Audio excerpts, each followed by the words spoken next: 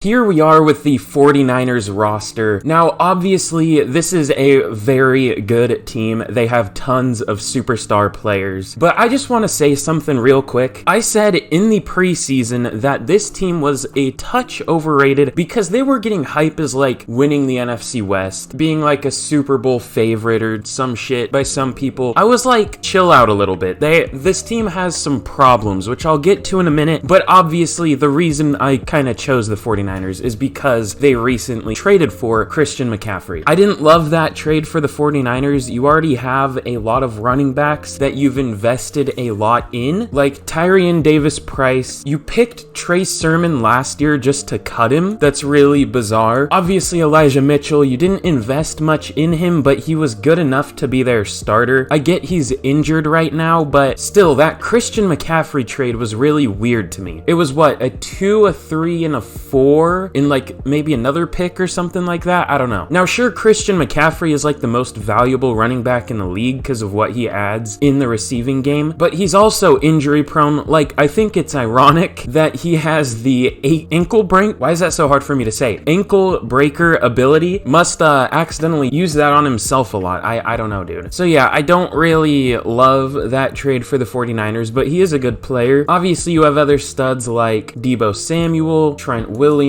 George Kittle, Kyle Juszczyk, Brandon Ayuk is pretty decent for sure. One of the questions about this team is definitely quarterback. We have not seen a lot from Trey Lance, and what we have hasn't been great necessarily. He's a very good runner, he's proven that, but still very much looks like a rookie type player. I know he's not anymore, but you know, not much experience. Could be an absolute monster, you never know. Obviously, unfortunate injury this year. I wonder what he could be like if he was playing up to this point, but they're rocking back with Jimmy G. Obviously, we're going to trade him, start Trey Lance. I mean, in Madden, you make that move 10 times out of 10. One of the other questions I have with this offense is the interior offensive line. That's another reason I was lower on them. Aaron Banks has impressed, but these two positions right here really have not. Center and right guard. We're going to need to address that. Maybe all three if Aaron Banks doesn't develop much. We'll just have to see. And then this defense here, when healthy, is amazing. Obviously, top players in the league like Nick Bosa, Fred Warner. Charvarius Ward has been one of the top corners in the league this year. They have good players like Eric Armstead. Samson Ebukam has been pretty good this year. Hell, they have Jason Verrett. Another big, like, what-if story. Like, if he would have stayed healthy, he could have been, like, one of the best corners in the league. Everyone knows that story, though. It's not like I'm saying anything new. Samuel Womack has been pretty good this year. One of my least favorite players in the league right here. Dre Greenlaw's pretty good. I like Dre Greenlaw a lot. Talanoa Hufanga, I really didn't see that breakout coming, but he looked really amazing through the first few weeks. Hasn't been as good since, but started off very good. Tashawn Gibson has also been good. Like, this is just a weird team. It's kind of like a lot of later career resurgences slash breakouts like Gibson, Ebukam, Ward. I guess Ward isn't really later career, but still. Just a super interesting team. But let's start out this rebuild. Let's get some trades going. I already know which one I'm going to do first. I already know what I'm going to do. First trade here, we're going to be trading Jimmy G, Maurice Hurst, and Kemoko Toure to the Texans for a 2 and a 3 this year and a 2 next year. I was going to trade Jimmy G to a team with a lower projected pick just so they would be easier to trade for because the Texans are projected to have a top 3 pick here. Obviously, they probably will in real life, but regardless, this is a good trade. We're getting value for basically free because none of these players were going to start. I was going to start, obviously, Trey Lance, Javon Kinlaw, and then whoever else over Kemoko Toure. He was just a really depth player. Okay, I know interdivision trading isn't necessarily something you're supposed to do, but when you're absolutely skamazing your division rival, I think it's pretty acceptable. We're trading Charles Omenihu, Jason Verrett, and Tyrion Davis-Price to the Rams for a 1, a 3, and a 4. We're getting a first-round pick for that group of players. Now, I know Jason Verrett was a starting corner for us. Tyrion Davis-Price was a rookie, but long-term, they're not really going to play any role in this team. Like, let's be real. We have Elijah Mitchell. We have obviously Christian McCaffrey, Elijah Mitchell, and Jeff Wilson over him. Probably won't do anything for our team. At most would have been like an RB2, and we can find that literally so easily. Charles Omenihu, another depth player, and Jason Verrett, just older, and I want to get those younger corners like Samuel Womack, Ambry Thomas, all them getting more playing time. So we're getting a first-round pick, a 3rd and a 4th, for pretty much more like expendable expendable players. Here is a look at the team going into year number 1 of the rebuild. Obviously, Trey Lance starting at QB, and everything on the defense is pretty much the same, just minus Jason Verrett. We're starting Samuel Womack and Ambry Thomas. I'll get this all figured out, but honestly, it doesn't look too bad right now. I'll just put Ambry Thomas up 1 and Juwan Jennings, but the rest of this looks good. So let's get to the mid-season point of year number 1, and hopefully we're doing well. Let's get this long-ass rebuild started. Well, that's pretty much as good of a start as you could ask for. We are 6-1 at the mid-season point. Let's see why that is. I have a feeling our offense is really good. We're top 5 right now. Trey Lance is having a solid year, I guess. 1,600 yards, 9 touchdowns, 4 interceptions. That's not bad. Those aren't the highest amount of touchdowns I've ever seen, but it's fine. Only 64% completion percentage. How does that equal a 100 passer rate? That doesn't seem all that great to me. I don't know. Christian McCaffrey with 500 yards already, 5.2 yards per carry, 7 touchdowns. Debo with 400 yards, 4 touchdowns. Good receiving numbers. Not many from McCaffrey. You would expect more, but I guess this scheme in Madden at least won't like line him up at receiver as much, even though they definitely will in real life. The blocking is amazing. Our offensive line is insane. Mike McGlinchey is not allowed a sack yet. That's interesting. Javon Kinlaw with 11 tackles for loss in sacks. Nick Bosa with 8, and Samson Ebukam with 7.5. Representing Eastern Washington. Let's go. There are some really good Eastern Washington players in the league, by the way. Obviously, the one that comes to mind is Cooper Kupp, but you know, there's also Samson Ebukam, there's Kendrick Bourne. I feel like there's some more pretty notable ones, but there's some decent Eastern players in the league. I think that's like kind of cool. And we don't have many interceptions, but Fred Warner and Azeez Al-Shaair are our players with more than 1. But I think we have some upgrades here. Let's see who we're gonna oh, just some depth players. Okay, that's fine. And there's nothing really else for me to do here. Let's check out some re-signings. I almost forgot about that. Okay, I'm not re-signing Jimmy Ward. You can go fuck yourself. Robbie Gould, maybe, but he's really old. Mike McGlinchey's playing fucking amazing, so we will definitely re-sign him. Let's re-sign him for like 4 years. I guess that's kind of risky, because I mean, he could just fall off, but we'll do it. Samson Ebukam, same deal. He's not interested, though, but he does take player-friendly. Okay, cool. Let's see who else. We could re-sign Azeez Al-Shaair right here, but I kind of worry that if we just re-sign everybody here, we're gonna run out of money, so we'll wait on him. I do like him in real life, but we'll definitely wait. Also, I didn't even mention these are my custom rosters, so a lot of these ratings are just how I perceive these players. You can download them on PC. They're called Brandon Updated or something like that. They're a work in progress. I'm not done with every team yet. It takes a long ass time to do it, but they'll be done soon. But I think that's everyone we're gonna resign. We'll set the national focus position. Obviously gonna be interior. Ooh, interior, of course, is the weakness of this class. Left guard, center, and right guard are all the top 3 weaknesses. I'm gonna fucking kill myself. Not actually. I'm still gonna focus interior offensive line. I do not care. All right, at the end of year number 1, talk about a way to start a rebuild. We get the first round bye at 14-3. That is huge. Let's check out why that happened. I saw the Commanders in the playoffs. Madden is certainly a game, that is for sure. Trey Lance wasn't very good. It looks like we didn't pass nearly at all. 3,500 yards is very low, but that's not necessarily his fault. We just didn't pass much. 21 touchdowns, only 5 interceptions is amazing. Only a 63% completion percentage though. 99.9 passer rating. Super close to 100. It looks like, yeah, we just ran a fuck ton. Christian McCaffrey was our leading rusher with 1,300 yards, 5 yards per carry, 11 touchdowns, excuse me. Trey Lance was very good in the running game. Actually, he just ran a lot. He didn't have many yards per carry. We just had a lot of different people running the ball, of course, as the 49ers do. Debo was our leading receiver with 1,000 yards, 8 touchdowns. George Kittle, only 700 yards. I feel like the passing numbers are too low for the 49ers here. They pass more than this. Like, they pass a decent amount. They just run it a ton. Blocking was...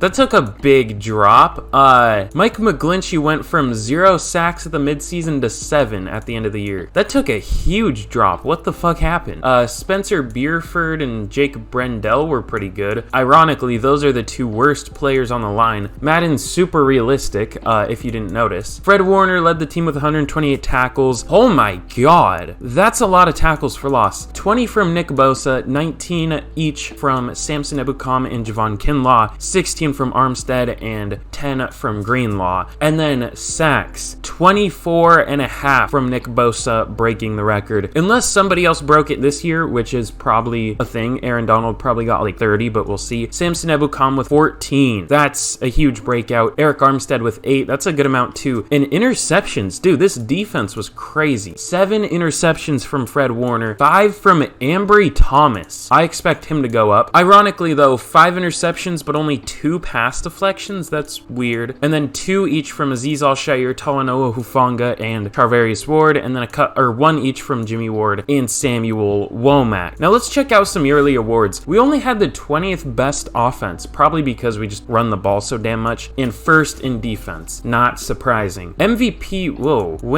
what the fuck? I haven't played this game in a few weeks, like full disclosure. What the hell happened to the font here? This looks weird. I wasn't expecting that, ew. I don't really like it. Go back to the old one. That scared me. I thought I accidentally like capitalized Lamar Jackson's name on my rosters, but no. This is just weird. I don't like it. It's probably not intentional. It's just a bug or something, knowing EA, but unfortunately no 49ers in here. Lamar Jackson wins it. Offensive player of the year goes to the white boy Cooper Kupp. Was just talking about him, obviously. Eastern Washington legend. I really wanted my Seahawks to get him, but they're stupid, so they didn't. I mean, draft him, not like trade for him or something. You know what I mean. But unfortunately, no 49ers up here, not even Christian McCaffrey. Normally you always see him up here, but you just see a different Panthers running back up here in Darrell Henderson. How did they get him? Defensive player of the year, of course, goes to Nick Bosa, so he must have led the team, or led the league in sacks. I mean, obviously led the team in sacks. But yeah, Fred Warner at number 5, Samson Ebukam at number 7. Our defense was fucking crazy this year. Offensive rookie of the year goes to Jameson Williams. God, that font is so weird. I hate it. No 49ers, I believe. That's interesting. And defensive rookie of the year, both Lions, Jameson Williams and Aiden Hutchinson wins defensive rookie of the year. Any 49ers, we have Samuel Womack at number 7. Best QB, Lance at number 7. Christian McCaffrey all the way at 9 for best running back. Debo at number 6 for receiver. Spencer Bierford at number 8 for best alignment at a deadly 69 overall. I saw Logan Brissy up there. Nick Bosa wins best D lineman. Ebukam at 3. Fred Warner all the way down at 8 for best linebacker. That's weird. Best DB goes to Ambry Thomas. Wow, he wasn't up there for defensive player of the year though. That's weird. This is a fucking amazing team. But we have some upgrades here. Aaron Banks, Ross Dwelly, Nick Bosa. Pretty big upgrades there. 2 starters. But let's see who we're going to be taking on in the divisional round of the playoffs. Maybe a division rival. Let's see. It's the LA Rams at an 81 overall. Now we clearly have the better team. Ooh, and we have some more pretty huge upgrades. Let's go slot into Samuel Womack. I'm sure everyone knows it by now, but I say it in every rebuild. If you want to go with the man coverage upgrade, don't do it. Just go slot. It literally gives you like 2 of the man coverage upgrade most of the time. See, you went up 2 overall from a 75 to a 77. And Fred Warner is in there too. This team is getting even better, you know, as you would hope for a rebuild. But I'm not going to jump in yet. Clearly, I mean, this is a fucking 10-year rebuild. This is going to take me an eternity at this rate. So let's see if we can take down the Rams. And we get bounced in our first playoff game. I kind of saw that coming. I'm not going to lie. Wow, that's kind of weird. That was like my Super Bowl prediction before the year. The Bucks take down the Bills 38-7. They absolutely shit on them. Obviously, the Buccaneers a little disappointing this year, but here they are much better, obviously, destroying the Bills in the Super Bowl, who most people see as the best team in the league right now, myself probably included. I mean, either them or like the Eagles or something, or maybe the Chiefs still. But let's see, we have some upgrades real quick before we get into re-signings. Maybe it would be a strat to re-sign and then upgrade, but I don't think there's anyone here that we need to re-sign, so that's fine. So let's see if there's anyone we need to re-sign. I kind of doubt it. I mean, ooh, whoa. I don't really like that. Why does Robbie Gould regress 8 overall in 1 year as a kicker? I mean, sure, he hit 40, but he shouldn't be regressing that hard. That's kind of weird. I guess I'll re-sign Mitch Wishnowsky, who I think also regressed. He re-signs, though. That's kind of weird. Did they change that? I'm not used to any of these different things. I don't remember kickers regressing that bad. Aziz Al-Shaair went up to a star dev. We'll definitely want to re-sign him for 3 years. There we go. He comes back. We still have a good amount of cap space, too, which is very surprising. I thought this team would be like broke. But other than that, I think everyone else we're good on. Jake Brendel, I guess I'll re-sign because he was technically decent. He's not expensive either, and if he needs to start, I guess he can. We really don't even have a reason to replace our interior because, I mean, they were good. But let's see what we can do in the offseason. In free agency, I'm really not gonna go too crazy. We're in a position where we really don't have to. Either way, there isn't really anyone all that good here. The best player is Kareem Hunt at an 89, and even then there's a huge drop off after him. Like Tony Pollard is the next best at an 84. The top 2 players are running backs. Like, we're kind of good. The 2 players I'm going to go after are going to be Nate Davis and Taylor Rapp. Obviously, Nate Davis because he would be a good scheme fit here. Obviously, he's built for more of a run game, and, you know, the 49ers love to run it just like the Titans do. Not much of a pass blocker, but clearly that doesn't matter when we're only throwing for like 3,500 yards in 17 games, you know what I mean? Taylor Rapp is going to be our other signing, going to be a kind of band-aid at free safety. A younger player could develop, but if he doesn't, easily replaceable. Just we no longer have Jimmy Ward, obviously, thank God. But yeah, bringing in Taylor Rapp should be fine. Let's see if either of these players sign right off the bat. It looks like Taylor Rapp does. Beautiful. And Nate Davis looks like he also signs. That was a pretty good free agency. We actually have a 5th-year option. Who is this gonna be? Is this gonna be Mike McGlinchey? Javon Kinlaw. Okay. We're definitely not gonna pick that up. We'll re-sign him maybe if he develops, but he has not been very good so far. I really liked the DeForest Buckner trade for a 1st-round pick from the Colts, and then them picking Javon Kinlaw, but it very much hasn't worked out. Javon Kinlaw's been very disappointing. I liked the idea, it just didn't work. And then we have another one for Brandon Ayuk. That one, I guess we'll pick up. I don't like picking up 5th-year options. Normally, I just like re-signing them, but I guess we'll do it. I mean, it's fine. So admittedly, in the draft, I have no fucking idea what to do here. Honestly, I mean, we don't pick until the 2nd round. At least it's early 2nd, but still, we just really don't have that many needs. I mean, sure, interior, but Jake Brendel and Spencer Bierford did well. I guess maybe we trade Aaron Banks, start Nate Davis at left guard, Bierford at right, something like that. Maybe a 3rd receiver could be decent. I guess I didn't re-sign I can't remember his name right now. I'm stupid, but I can picture his face. That sounds weird. And then on defense, at least for starters, I mean, we really don't need anything here either. Ambry Thomas gets a superstar dev. That's pretty huge. Obviously, Aziz Al-Shaair got star. Samson Ebukam got star. We're going to be playing Taylor Rapp at free safety, so we don't need a free safety. Maybe like a linebacker, but I don't know. We'll just see what we can do. Well, this is a really weird player. He's a deep threat, but he has 4.4 speed, 4.3 at his pro day, and 21 reps on the bench, 17 at his pro day. So his pro day was kind of all over the place, but he's a deep threat that isn't absurdly fast with a lot of reps on the bench. He has really good spec catch. This guy looks more like a fucking physical receiver, like a more jump ball type guy. This guy, I don't know about the deep threat archetype, but if he is listed with that and also has good jump ball ability, he could be a really good player. I'm definitely thinking about going receiver, either him or Karan Baker, but Karan Baker doesn't look that good. Very slow. I'll pass. Yeah, let's go Trevor Wolf. Why not? He'll be our 3rd receiver, assuming he's at least a decent overall. Let's take him. He has hidden dev. That's huge. 93 speed, good strength, especially for a receiver with 93 speed. He can be our mini DK Metcalf type, I guess. That's a pretty damn good pick. This dude's named Clyde Hastings. What are these fucking like 1940s ass names? Jerry Meredith with an A? Who the hell spells Jerry like that? What the fuck is that? He does look pretty decent though. I mean, he's fast. Other than that, meh, but he's fast. Ooh, this guy looks really good. Ethan Baker. Oh shit. Oh, he's slow. Never mind. He's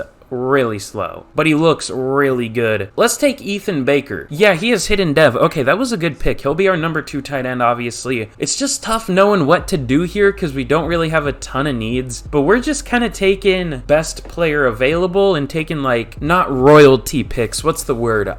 Luxury picks, I guess is what you would say. This guy also looks intriguing. A to C finesse and power moves. One of those could be an A and he would be very good if either one of them were an A. He has elite jumping and acceleration. Obviously, you know in real life, if a pass rusher has elite acceleration, they're gonna be probably pretty good. You know, that's kind of a lot of, you know, pass rush, getting off the ball, getting a good first step, all that kind of shit. I'm not super sold on him, but I might come back to him. We'll see. Yeah, fuck it. Let's take a chance on Anthony Morgan out of Texas A&M, only 21 years old. Not the best combine, but good jumping and 20-yard shuttle. I'm just super intrigued by his pass rush abilities and his elite traits. So let's take him. And he unfortunately is our first normal pick, but could be a decent player. We'll just have to see. Oh, there goes Clyde Hastings to the Dolphins. These tight ends have such weird names. Luke Love, that sounds like a gay porn star name. Maurice Bigsby. Nicholas Bush, that sounds like another gay porn star name. Tyrone Newkirk. Now that's a good football player name, and he looks really fucking good. Hold on. Wait, this guy looks crazy. A catching, A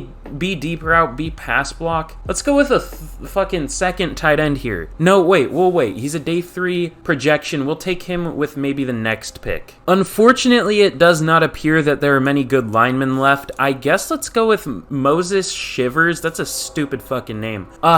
Like, that name reminds me of one of those shirts, like, you know those mostly ironic but sometimes unironic shirts that have, like, a picture of, like, a skeleton wearing, like, a Grim Reaper shirt or some shit? That's just an example, and then it'll have, like, fire or, like, smoke or something on it, or, like, guns, or I don't know. And it'll say shit in all different text, like, Moses shivers when I walk in the room. I fear nothing. I'm a 100% purebred fucking American, and if you try to take that from me, I'll take your life, or some shit like that. Like, that's what that name reminds me of. It would say, or like, most of the time it's like, the devil fears me, and it's like 50 lines just elaborating on that, all in different text. I love those shirts so much. They're so fucking funny. But let's take Moses Shivers. He's probably dog shit, but I don't care. His name is fun. Which tight end was I gonna go with? Was it Tyrone Newkirk? I think it was. I can't believe I already forgot. I looked at him like 15 minutes ago. What was I doing? I think it was Tyrone Newkirk. Let's just take him, left-handed just like me for real. And that's another hidden dev tight end. He looks maybe even better than the last guy, only 21 years old. This guy looks good. Deacon Wall. Wow, that's a hell of a defensive player name. That's crazy, bro. That was so cool. This is like the like all name draft class. The names here are crazy. Wow, this guy looks like shit. Let's take him. B finesse moves though, so that could be intriguing. It's always interesting to me when players with one archetype have a good other archetype, so it makes me think, oh, if they're also good at that, maybe they're even better at what their archetype is actually listed as. Like, he had B finesse moves, but he was listed as a run stopper, not a speed rusher. So I don't know, it's just interesting to me. But let's sim this out and let's see how we did. Okay, that's weird. The Giants just traded Kadarius Toney to the fucking Chiefs. I mean, that's giving you an idea of when I'm recording this. This trade deadline is gonna be fucking crazy. We're not even at the trade deadline yet, and there are already weird trades happening, like the Robert Quinn one yesterday, which I'm gonna be honest, I'm not the biggest Robert Quinn fan in the world. I'm kind of iffy on that one, but for a 4th, that's pretty good. Like, that shit's crazy, but I could see Kadarius Toney being a monster with the Chiefs. I feel like the Giants fucked up. What did they get for him? A 3rd and a 6th. That's not bad return, but you would hope hope to get more for a first-round pick last year. I guess it's not bad if you're, like, gonna trade him, though. Either way, though, this is about the 49ers, not about actual, like, NFL news. So we didn't have that strong of a draft, honestly, but considering the picks we had, it's not bad. Trevor Wolf is a 72 overall. He'll be our number 3 receiver. Is a scheme fit pretty much. I mean, he's a 72 at the playmaker archetype, so that's pretty cool. Obviously, good spec catch, speed. Honestly, doesn't look like that good of a player. Not very good route running, but looks like he could develop into a monster. Ethan Baker is a 72 overall, but he's not even the best tight end we took. We'll get to the one we took in a minute. Okay, speed, not great though. Solid hands, I guess. Good blocker, or decent blocker. He looks fine. Anthony Morgan's only a 68. Unfortunate, but kind of expected, honestly. Looks like neither of his A's were actually A's with the pass rush moves. I mean, Moses Shivers is only a 65, but he's worth it in name value, so I'm not upset about that one. Tyrone Newkirk is our best tight end that we took at 84 speed, 84 catching, a 73 overall, obviously. Decent route running. Not the best blocker, but not terrible. Good catch in traffic and spec catch. Good awareness. Looks like a very good player. Let's not talk about Tevin Wheatley, because that wasn't the best pick, and then the CPU didn't really do great. So, pretty not fantastic draft, but it definitely filled out all of our needs, so that's what matters. Here is a look at the team going into year number 2 of the rebuild. Obviously, some pretty big upgrades here just in year 1. Obviously, adding Trevor Wolf is maybe the biggest upgrade we have, just because he can be like a true superstar receiver. Could even have superstar dev, literally. Like, I don't know if he will, but I could see it. You know, he looks like an athletic freak, just looks like the type that would have it. We added Nate Davis in free agency, kind of shifted our line around. We're starting Spencer Bierford at center, Aaron Banks at right guard. Obviously, we added those 2 great tight ends, Newkirk and Baker. And then defensively, not a whole lot is different, I guess, just some upgrades. We added Taylor Rapp. That's probably the major thing we did here. Everything else is just development. Obviously, Ambry Thomas with superstar dev. Again, it's just going to be another year about developing some of the players we have, because we do have a lot of younger, good players. And then here's some of the specialists right here. I have this all laid out how I want it. We're going to be playing Wolf in the slot, and then Ambry Thomas again in the slot on defense. So yeah, pretty amazing looking team, but let's get to the mid-season point, and hopefully we doing well. So at the mid-season point, we are doing very well. 1 win less than last year, unfortunately. It looks like we do lose a game to the Commanders, so I guess they're very good in Madden. I mean, it makes sense. They're a very good team on paper, especially that defense. It's just they don't play very well. They're not coached very well. Like, that should be a good team. I thought they would be a good team, but they're just not doing very well in real life. But here we have some upgrades. I don't think I'm going to get into the stats here because I don't want this rebuild to literally take 30 years. We'll just check at the end of the year. Trevor Wolf, huge upgrade for him. That's a lot of +3 medium route. God damn. Okay. Already looking much, much better. God, that 89 spec catch is crazy. This dude is so good. And Azeez Al-Shaair, another pretty important upgrade. So fun stuff there. Let's check out these re-signings. It doesn't look like we have many, which is good. Oh no. Why do we have negative $15 million?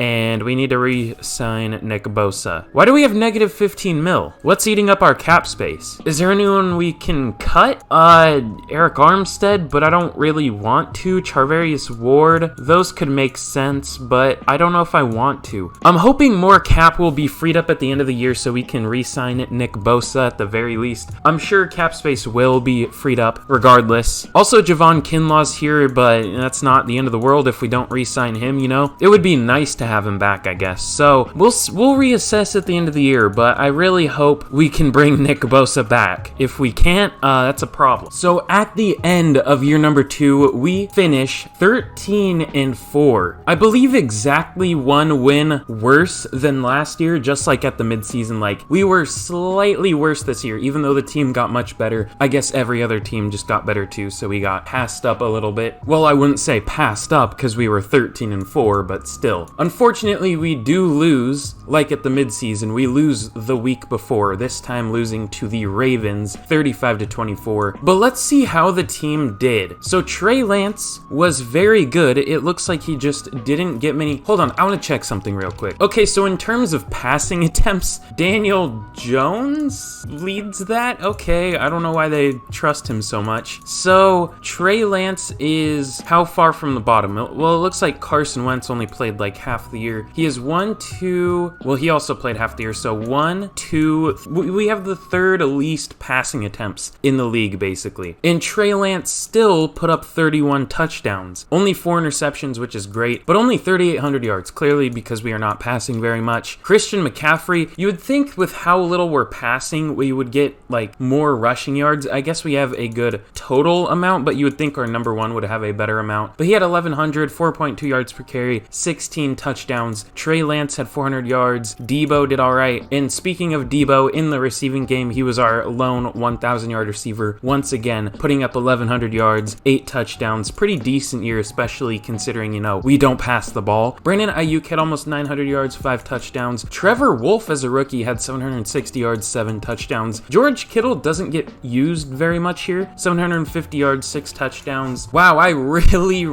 regret giving Mike McGlinchey a big deal.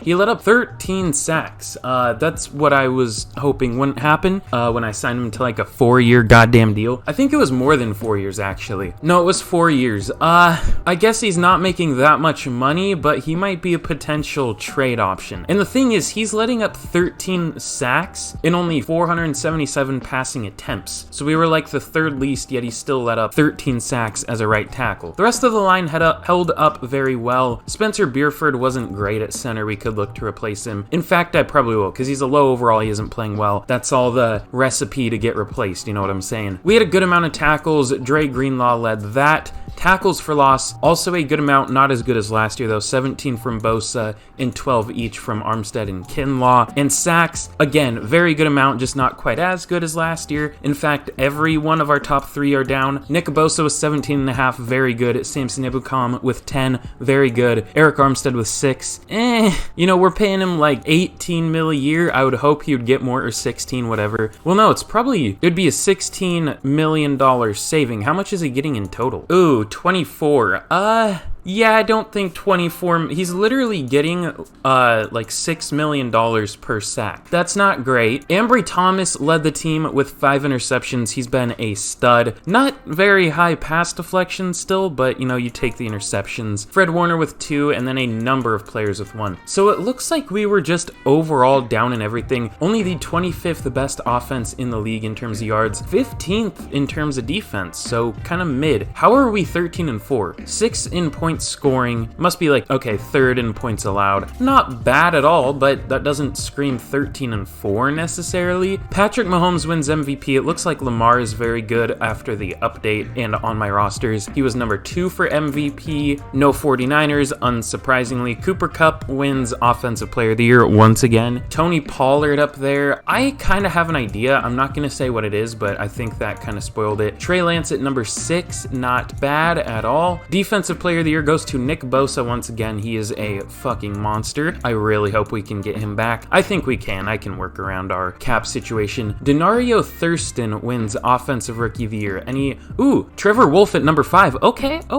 I thought he would win it, but you know, at least he's up there. No, I didn't think he would win it. He didn't have a crazy year, but at least he's up there. Defensive Rookie of the Year goes to Teron Moon of the Cardinals. I think I saw him in here for Defensive Player of the Year. Yeah, number 10. So he must have been a stud. I want to check him out. And no 49ers. I've seen a lot of Cardinals through here. That's not a good sign. Ooh, yeah, he was good. 12 sacks, a pick, 10 tackles for loss, 77 tackles, even got a pass deflection. They were playing him in coverage, it looks like. They have a lot of like versatile players. This dude looks like he can kind of like play in coverage. He's 6'4", 242. Then obviously they also have Isaiah Simmons, who's kind of a versatile player. They have Zaven Collins, who used to be a pass rusher. They converted him to off-ball linebacker. Like, they have a lot of converted players. But let's see who we're going to be taking on in the divisional. Also, poor Seahawks, once again, last in the division. Maybe they'll have the number 1 pick again. I don't know. It's going to be another division rival, the Arizona Cardinals at 9-8. This is kind of a scary one.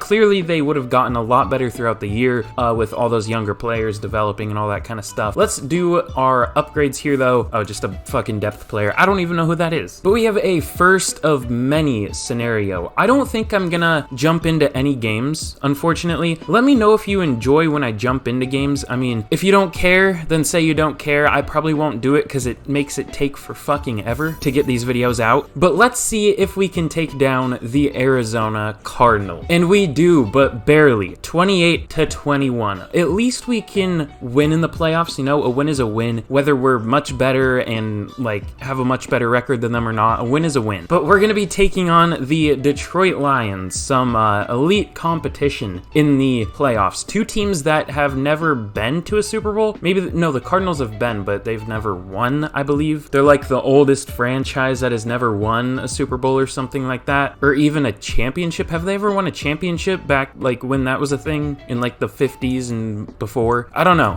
Poor Cardinals, I'm sorry. You know, as a Seahawks fan, the Cardinals are the one team that don't really bother me. 49ers and Rams fans are fucking psychopaths. I'm sorry if you're one of them.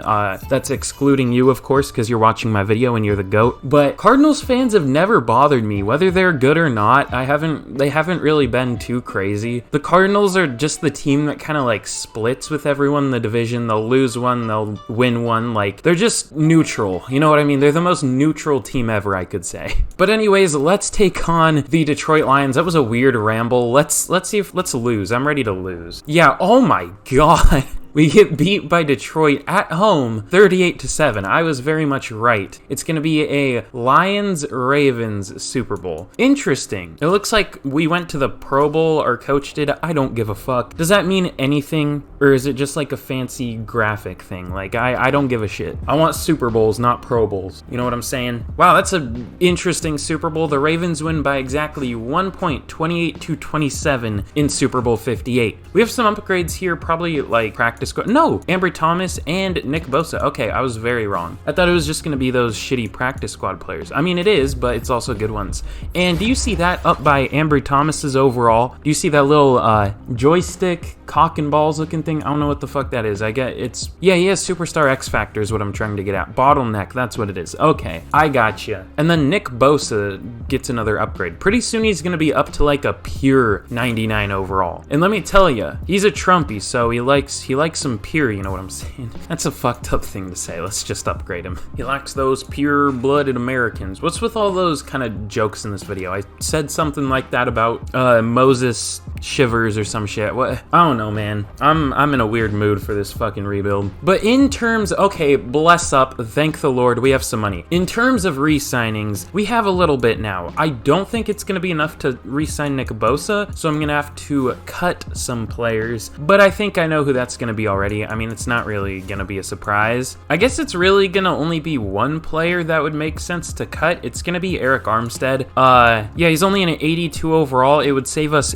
$18 million to do that. I think that's kind of a no-brainer. I would trade him if I could, but you can't trade right here, and I don't know if any team would be able to afford him because every team is goddamn broke in Madden because teams don't know how to rebuild. They'll just sign like 5 players at the same position and be like, oh, why am I broke? Because as soon as they get any money, they're just like, we need to pay a player where we already have a good starter. Makes a lot of sense. But let's re-sign Nick Bosa. Let's re-sign him for 7 years. I don't care. We'll bring him in for the rest of the rebuild. Cool. We know he's good. He's a good overall, all that kind of stuff. So why not? Now that I say that, he'll have 2 sacks next year and retire. I don't know. Javon Kinlaw, I'm not going to be able to re-sign, I don't think, but that's not the end of the world. Like, I'm fine with that. Unless we go like player friendly and bump it down a little. We can bump the years back up. We'll try something like that. Oh, he takes that? Okay. Get absolutely scammed, idiot. I don't know if Sam Rodgers is good, but we need a kicker, so never mind. We're broke. I forgot about that. Okay. All right, so in free agency, let me check some out real quick. Is there any other cut we could make that would make sense? Dre Greenlaw, that doesn't really make sense. Kyle Juszczyk, I don't think we could get him back for cheaper, so I'm not going to do that. Is there anybody we're paying that we really don't need to be? We need Brandon Ayuk. If we don't have him, we have Danny Gray at the number 3, which I like Danny Gray in real life a little bit, but I don't want him to be our number 3 receiver. Ooh, okay. I forgot to show this actually. I forgot to show the team. I expected that completely. Whenever you have a player player that develops a lot. When they have hidden dev, it's pretty clear that they're going to have a superstar dev. Newkirk was our number 2 tight end, and Baker was our number 3, and they still ended up at a 76 overall. So I was like, Baker definitely a superstar, and I was right. So I guess he'll be the number 2 tight end from now on. I might trade Newkirk, even though Newkirk is a year younger. Could be good to get some value out of him, though. Let's see what we can do. They have O'Keefe starting at tight end. That's interesting. Would we really be gaining anything if we did this? I mean, we basically took him in the 2nd round, right? I don't know. And they don't even take it. We'll throw in like... You guys want, I don't know who to throw in. You guys want another tight end? You want Chase Allen? Yeah, you do. Oh, they can't afford him. God damn it. You want to pick? Okay, here we're trading Newkirk in a 7th next year for a 2 from the Buccaneers. Hopefully that can turn into a good player, but I suck at drafting lately, so we'll see. Oh no. I didn't even think of that. So that's where the money came from. Trent Williams retired. That's not ideal. He was like our only good performing lineman, and now he is gone. We're in a tough situation already, and we're not even paying a QB. How are we this poor? Oh yeah, probably because we're paying Christian McCaffrey, and George Kittle, and Mike McGlinchey, and Nate Davis, and Deebo Samuel, and Brandon Ayuk. We're paying literally almost our entire starting offense. That's not a great situation to be in. And then for the defense, we're paying Taylor Rapp, we're paying Dre Greenlaw, Fred Warner, Azeez Al-Shaair. I don't think we're trading Ambry Thomas, or paying Ambry Thomas yet. We're paying Charvarius Ward, now Nick Bosa, Javon Kinlaw. Everybody on this team is off of their rookie contract pretty much, and that kind of sucks. You know, actually, I think we'll just have to reassess next year. Let's get to the draft, and let's see if we can fill some of the holes that were recently created on our team. Pause, I guess? That sounded kind of weird. I don't know. So we actually have the 5th year option for Trey Lance. I'm definitely gonna pick that up, but I feel like it would just be worth it to not pick that up and re-sign him. I don't know. 5th year options are weird to me. Just the whole concept of it seems like someone just sat there thinking as hard as they could about a weird rule to make about 1st round picks. Like, I don't know. It's just a weird thing to me. Okay, we're not looking too bad. The Seahawks have the number 1 pick again, obviously. We have the number 4 overall pick. I kind of forgot we traded for a 1st round pick. Who did we get that from? The Rams, that's what I thought. Okay, so that's huge, actually. We also have their 4th round pick, so that'll be an early 4th round pick. That is crazy. Also, we're projected 32 next year. We're projected to win the Super Bowl. That's interesting. I hope we do, but I doubt it. So let's sim to our pick. What do I want to do here? Oh yeah, also, I forgot to mention, I made a whole draft board and everything. How do you view it, actually? Am I stupid? Oh yeah, favorites. Okay. So I went down and made a big list of all, like, my favorite players at each position. This center looks really good, projected 3rd to 4th. So I put a lot of effort into that shit. That took me a while. Normally, I just kind of freestyle it or whatever and just pick whoever I think looks good at the position, wherever we're picking, but I actually went through and found, like, good UDFAs we could draft later. Just good-looking players overall. So let's see what I want to do here. Ooh, this guy also looks really good. Parker Harris, that guy looks good. So I either go with a guy that's a scheme fit in either Keon Morrison or Dorian Levins. Yeah, I might just do that. Although we are a very much run-first team, but that might change this year. We'll see. Ooh, Keon Morrison is very weak. Yeah, no run blocking to his game. He doesn't look very good. And Dorian Levins is not quite as weak, definitely. Has 2 elite traits, agility and change of direction. That's pretty cool. I don't know. Neither of these guys look great, to be honest. They're definitely not worth a top 5 pick. Although Britton Vincent might be. No, bad finesse. This is tough. Ooh, he has a funny last name. That might be a deciding factor. 38 reps on the bench. Just not very good look. Rick Henry, also not great. Damn, we're in a tough spot. I don't know what to do right here. We could also go a little lower. How is... Oh no, that's Dorian Levins. Wait, who am I missing here? Larry Fant? No, I think we saw him. Damn, I don't know what to do. You know what? I'm just gonna go Keon Morrison. He's only 22. He's a scheme fit. He's gonna develop regardless. But I think I'm gonna trade back. Ooh, okay, that's actually really good. Let's trade back with the Indianapolis Colts to pick up a 1st round pick next next year. We're trading back from 4 to 19, which isn't very good value. I mean, we should get even more than a first-round pick, but hey, picking up a first-round pick is going to be nice for the future, you know what I'm saying? So at pick 19, there goes Nathan Bonner, aka Nathan Boner. JP Crawford? Wait a minute, what? The Mariners player is joining the NFL on the offensive line? He has about the strength that JP Crawford probably has, actually. 27 reps for a lineman ain't too good, to be honest. I guess we're gonna go Dorian Levins instead, though, but he looks good too. Let's take him. And he has hidden. That's all I needed to see. That's perfect. The Bengals took another Joe running back. They took him in the first round. Okay, you do you. Can't say I would take a running back in the first round when you have Joe Mixon, but hey, what do I know? I guess I'm not an NFL GM. Oh, this guy looks really fucking good. DeMarco Johnson. I just kind of like mindlessly clicked on him. 36 reps. First in broad jump in a 20-yard shuttle. B awareness, power moves, A-hip power. His tackle isn't great though. Is this guy any good? Jamie Andrade? Ooh, 38 reps. He might be better. Yeah, we'll go Jamie Andrade. He'll play defensive tackle. Let's take him. And he has hidden 93 strength. That was a good pick. That'll be a pretty seamless transition from Eric Armstead to him. And honestly, that's both of our needs filled. I mean, yeah, I don't really know what else to do here. This center doesn't look bad. He's not very strong though, but he looks pretty good. Let's take him. Brendan Butler, unfortunately only normal, but looks like still a maybe decent player. I'm just kind of dicking around at this point, you know what I'm saying? I'm just kind of taking whoever, you know, looks decent at the moment. Bryce Jefferson, are you good? 4.29 elite speed. Yeah, let's add another good deep threat. 97 speed. Fuck it. All right, now I'll go back to the draft board a little bit. I don't want to screw around too much. I think let's go John Tomlinson. He is a 21-year-old outside linebacker, ran a 4.58, has elite agility and change of direction and speed, has A, awareness, pursuit, and zone coverage, B, play rec, and like A to C for a lot of his other stats. This guy looks very good, although a lot of the time I do get tricked by pass coverage outside linebackers. This guy looks pretty good, so let's take him. And he has hidden. This guy could be very good. Oh no, I hope that center is still here. He might not be.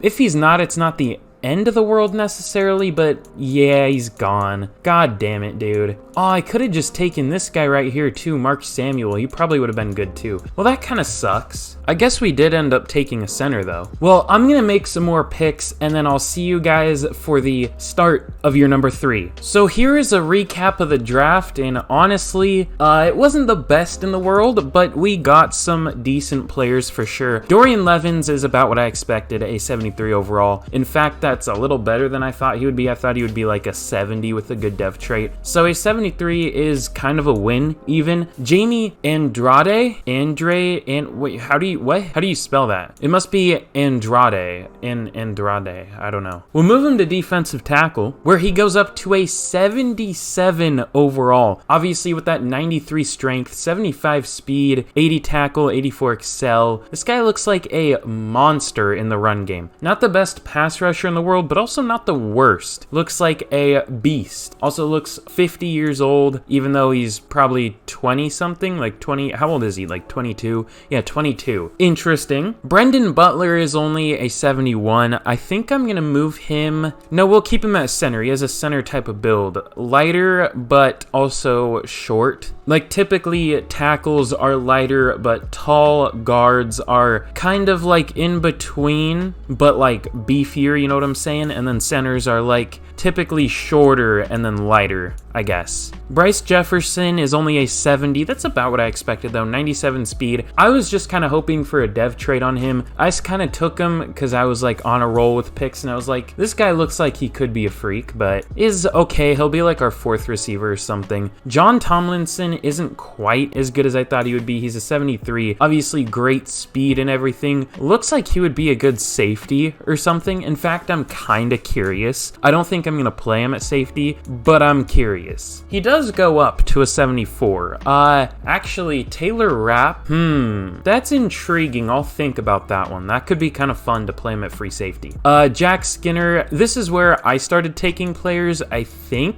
Almost everyone here is a normal dev. I didn't really get any hits even though I did think they looked good. Also, the name of this guy is funny. That's the only reason I took him. Robbie Roberts. I don't know. It's just funny as hell to me. It's one of those names like Bodie McBoatface or whatever the fuck. You know what I'm talking about? Like, I don't know. It just sounds like that to me. I think we'll play him at like tackle. He didn't end up being good though, but he's a pass protector. He's a bigger dude, or taller, I mean. And Angelo Sanchez actually has a star dev. He looks like a very good player. Not the best run blocker in the world, which isn't the best for our scheme, at least right now. But yeah, this was a very solid draft, especially early on, and especially with Jamie Andrade, I'm gonna say. I still don't know, but that's what I'm gonna go with. We did pretty well, for sure. So here is a look at the team going into year number 3 of the rebuild. Now, first things first, you know, it's funny now that I think about it, because I'm changing the playbook to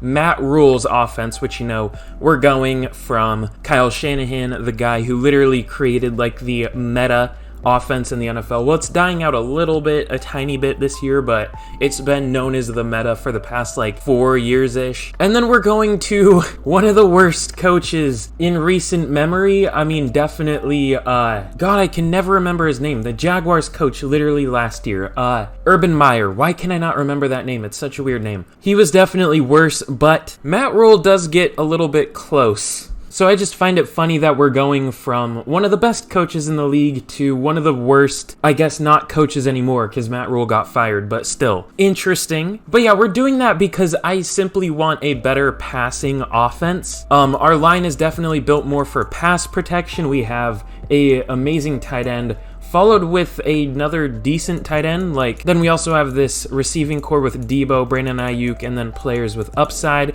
And then obviously like the best receiving back in the league in Christian McCaffrey. Like, the 49ers offense is definitely interesting, but we don't really need interesting here. We just need lots of passing, because we were like 20th in offense in back-to-back years. You don't really want that. You want greatness when you have a great offense. And then the defense here is looking very solid. Obviously replaced Eric Armstead with Jamie Andrade. Looks like a very good defensive tackle. Was like a 73 at defensive end, but went up 4 overall, the defensive tackle. He was a great pick. Obviously, Ambry Thomas with X Factor is interesting at only 24 years old, so I expect him to get maybe close to a 90 by the end of this thing. And even Charvarius Ward is up to an 85, which is very interesting. Obviously, Nick Bosa at a 99 overall. Fred Warner creeping up there, up to a 95 with his morale. Safety duo's a little iffy. It's probably the most iffy part of our defense, but it's not bad. I mean, we have an 80 and a 77. But yeah, I'm very much liking the look of this team, and honestly, I might make a trade real quick now that I think about it. Oh, I didn't mean to do that. God damn it. Well, I was just about to say I don't think I'm going to be trading Aaron Banks and Spencer Bierford because we're not really getting enough value for them. I know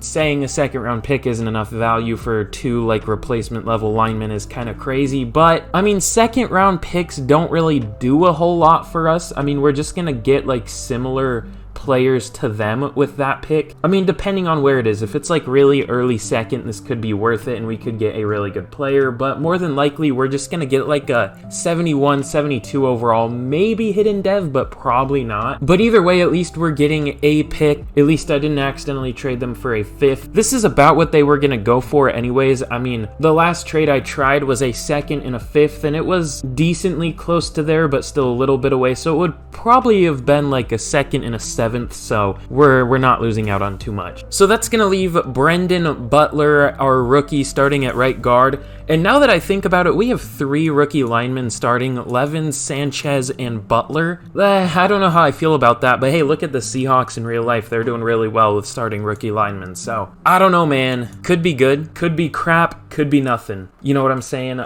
Shout out to you if you know that reference, you know what that's from. But here's a look at the specialists too. I just thought I would show them. There's Javon Kinlaw, again looking like a fat Chief Keef to me. I don't know why I always see Chief Keef when I look at him, but I do. He doesn't even look that similar, just a little bit. Okay, wow. This might be like the best start to a I know I say it like every rebuild, but this might be the best start to a rebuild I've ever had. We are 6-1 once again, obviously 6-1 year one, I believe 5-2 last year at the midseason, now 6-1 again, tied with the whoa, this division is strong. 6-1, 6-1, 5-2, and then of course my Seahawks at 2-5, even though they're leading the division in real life right now. So I don't know how I feel about that one, Madden, but hey. But we got some upgrades here. Let's see what this is. Oh my god. Okay, that's 4 starters. Okay, that's pretty huge. Obviously got to go slot there. +2 man, +2 awareness. Nice, we'll just auto spend these. The Jags are 7-0. Ew. Why? Okay. The Giants are 5-1. Interesting for sure. But let's do some re-signings here. That's a lot of players. But honestly, nobody like extremely important. I mean, okay, there are even more players down here. Okay, that sucks. That's a lot of players. Let's start with Charvarius Ward, the best player here. We'll offer him, I guess, 3 years? Or is that too much for a 28-year-old player? No, we'll go 3 years. Right when that expires will be when he is pretty much regressed at 31 years old. So we'll offer him, no, we'll go 2 years. No, we'll go 3, and that's like 15 per year, 14? No, it's 13. I can't math, whatever. 13.8, so he takes that, of course. Brandon Ayuk isn't interested, but honestly, I set receiver as my focus position, so that might not be the end of the world, surprisingly enough. Dre Greenlaw, I definitely do want back. We'll offer him 3 years, just like the last deal, and he takes it. I didn't even pay attention to the money, honestly. Talanoa Hufanga, I do want him back. Spoiler alert, I'm not going to re-sign our other safety in Taylor Rapp, but I will re-sign Hufanga, and Ambry Thomas isn't interested at all. Now, would you take a player friendly? No. A better team in free agency that would match this offer. You're worried about the team performance?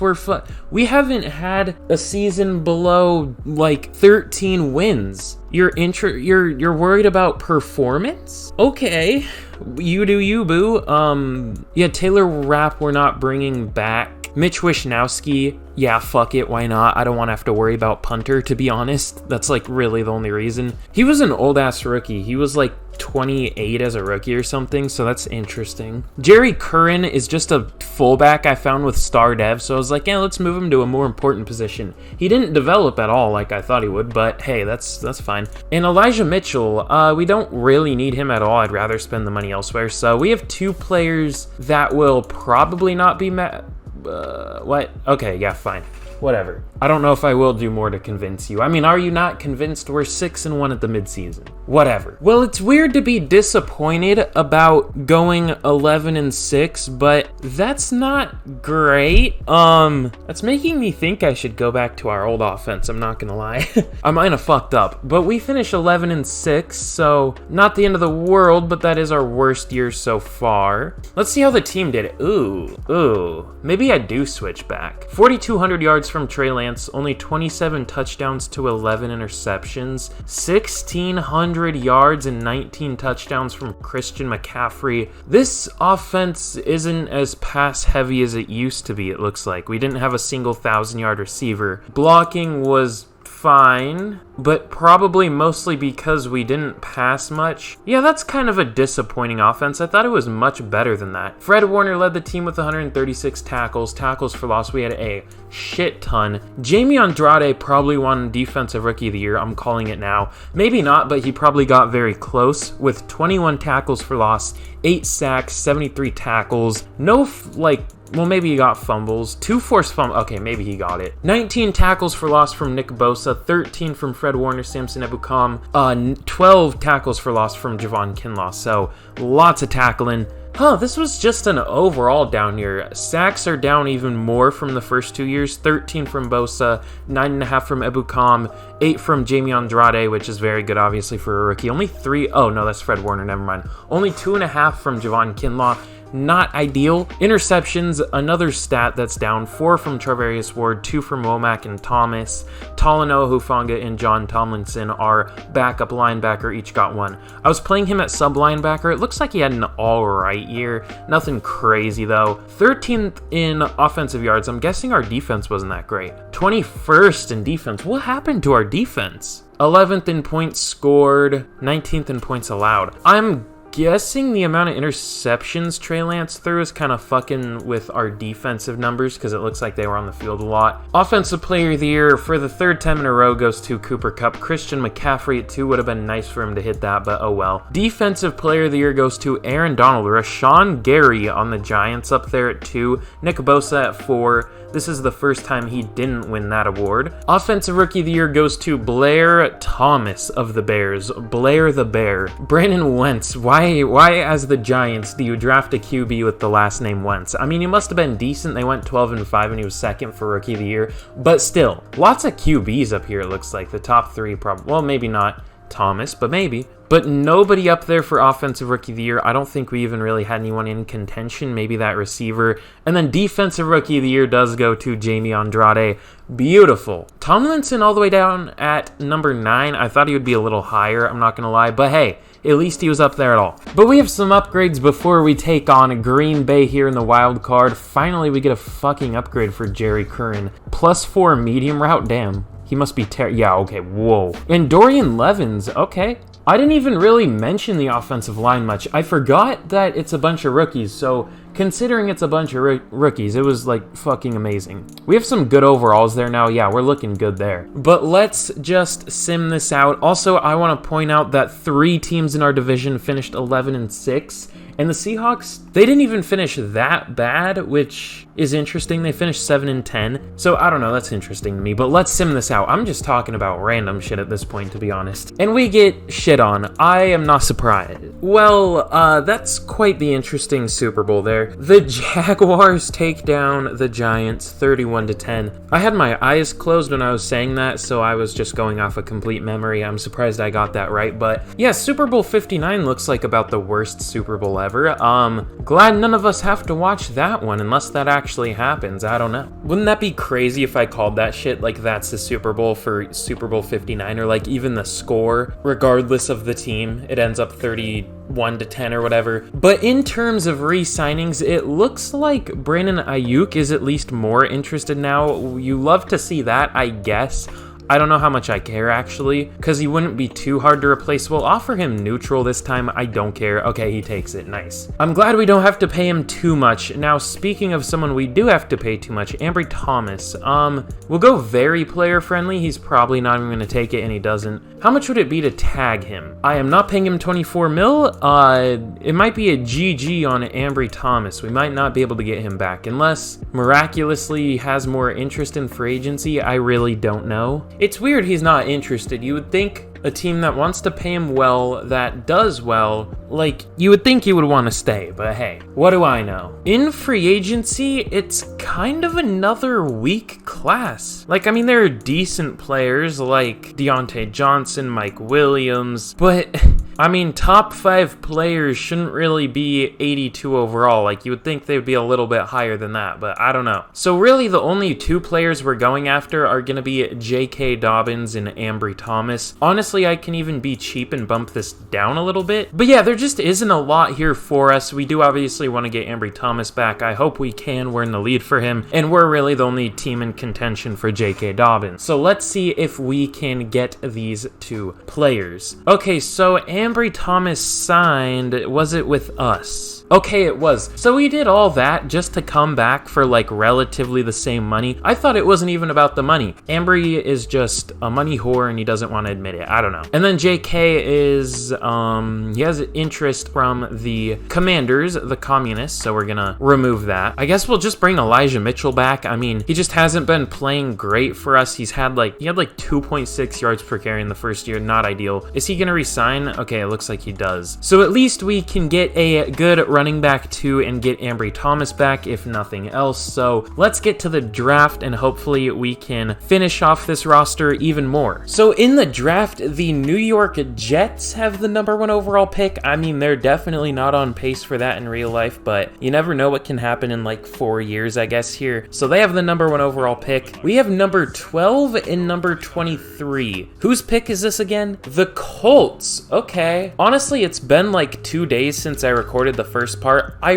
We traded for that pick. I mean, kind of breaking the fourth wall there or whatever, but I really don't remember what I did because I am stupid, but I'll definitely take having the number 12 overall pick. Now, what do we want to do here? That's always the big question, isn't it? Okay, so the unfortunate thing about this class is our big need is kind of free safety, and there isn't really a good free safety. Actually, I just don't really think this guy is that good. I don't really trust him listed as a zone free safety with only B zone coverage, A man coverage. Like, I don't know. I feel like even though it is man coverage, I feel like if you are going to be a zone safety, you're going to have a little better man coverage than that. It's really just not that good of a safety class, honestly. Austin Farrell looks pretty good, but we don't need a strong safety. We already have Talanoa Hufanga. Torrey Reese looks maybe decent. I don't know if he's better than the other guy, though. He might be. He's a little faster. He looks a little more well-rounded. I just don't think I see a safety being worth it here, honestly. Ooh, this guy looks really good. Devontae Tomlinson. Whoa. Good speed and strength. Good tackle, pursuit, zone coverage. It's probably not going to be very good zone coverage because he is an outside linebacker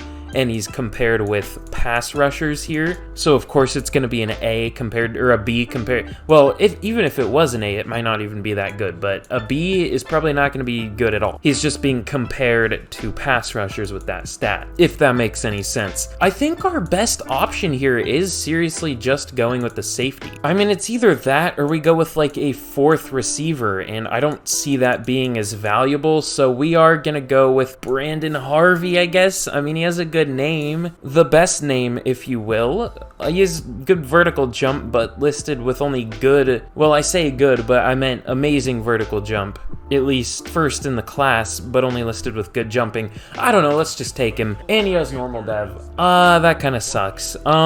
He is only 21, wearing number 21 as well, but yeah, that no dev trait really sucks. There goes DeAnthony Black. That was kind of a receiver I wanted. I'm gonna go Demetrius Bingham here. That's a fucking goofy name, but he looks like a really good corner. Has elite acceleration and strength. That's super interesting. Ran a 4.47, so he's not the slowest in the world either. Not the quickest, but definitely not the slowest. Obviously, 24 reps on the bench at the combine, 22 at his pro day, and has good attributes too. I mean, you gotta remember, corners typically have like really low graded man press and zone because the corner classes are really top heavy. Like, you're gonna get really good corners at the top, but every other one's gonna be like, but this guy looks good. Only 21 years old as well, out of Oklahoma. Let's take him. And he has hidden. Okay, he's probably gonna be our fourth corner, but eventually will more than likely be the replacement for Charvarius Ward, so I like that pick a lot. It makes a lot of sense too. Almost like a short, small Richard Sherman type. That's not really a good comparison, but he's very strong. You know, I'm honestly tempted to go with another safety. I know I shouldn't, but that first dude was really disappointing. All these safeties are really strong. They all have elite strength. Not this dude. Oh my god, a 4.71. I didn't record it, but I saw like a 4.75 or something for a safety. It might have been like 4.72. What are these safeties? They might as well just move to linebacker. Ooh, this dude's on my radar for sure. I might honestly just not take a safety and go with Alex Ryans late in the draft. That might not be bad. Projected 3rd to 4th round talent. Not bad. Oh, fuck me. Wow, he's weak. But he ran a 4.24, and he's from Washington. What are they feeding the dudes at Washington? First we had John Ross. Are they giving him speed? Literally? Like, also only 21 years old, left-handed just like me. I mean, this screams This screams a Brandon the Simp type pick, you know what I'm saying?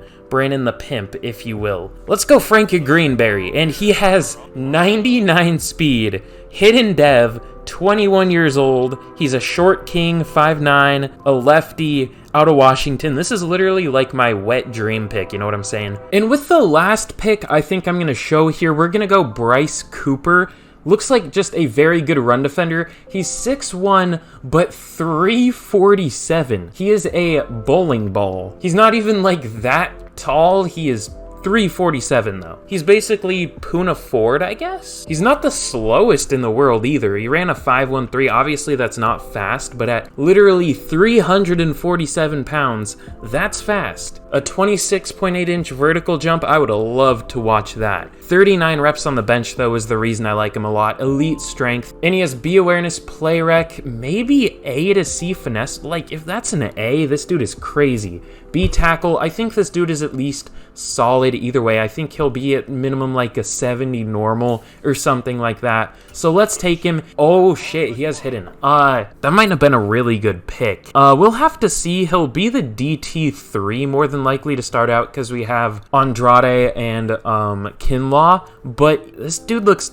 very decent. Todd Cummings. I'm super mature, by the way. I just want to put that out there. I'm very mature. But I believe that was the last pick I'm going to show. Ooh, this Kevin Seymour guy looks decent. So I'm going to take some more picks, and let's get to the start of your number 4. Okay, this draft was, like, way better than I expected. What the hell? Okay, Brandon Harvey, I thought he was a complete miss. He's a 75 overall. I thought he would be like a 69 or something. I thought he was just a complete whiff because I was iffy on him, but he's a good overall. 75 as a rookie at only 21 years old is amazing. He should develop a lot, hopefully. Now, Demetrius Bingham is a god as well. 75 overall, only 21 years old with hidden. 69 at man coverage and play rec. Nice. You love to see it. Dude looks very good for sure. I'm very excited about that. Frankie Greenberry is also a 70 overall, like the deep threat I took, what was it, last year. Looks crazy though, 99 speed, 81 deep route.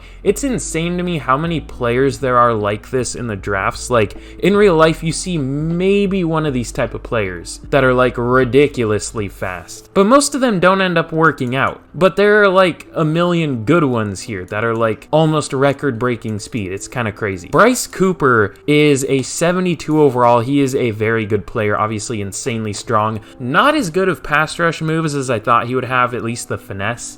I thought it would be at least decent being A to C. I thought it would be like maybe a B, but apparently it was a C. Also not as fast as I thought he would be, 66 speed. I thought he would be more like 69, but hey, at least he is definitely a pretty good player. Now imagine if he had higher than star, that would be crazy.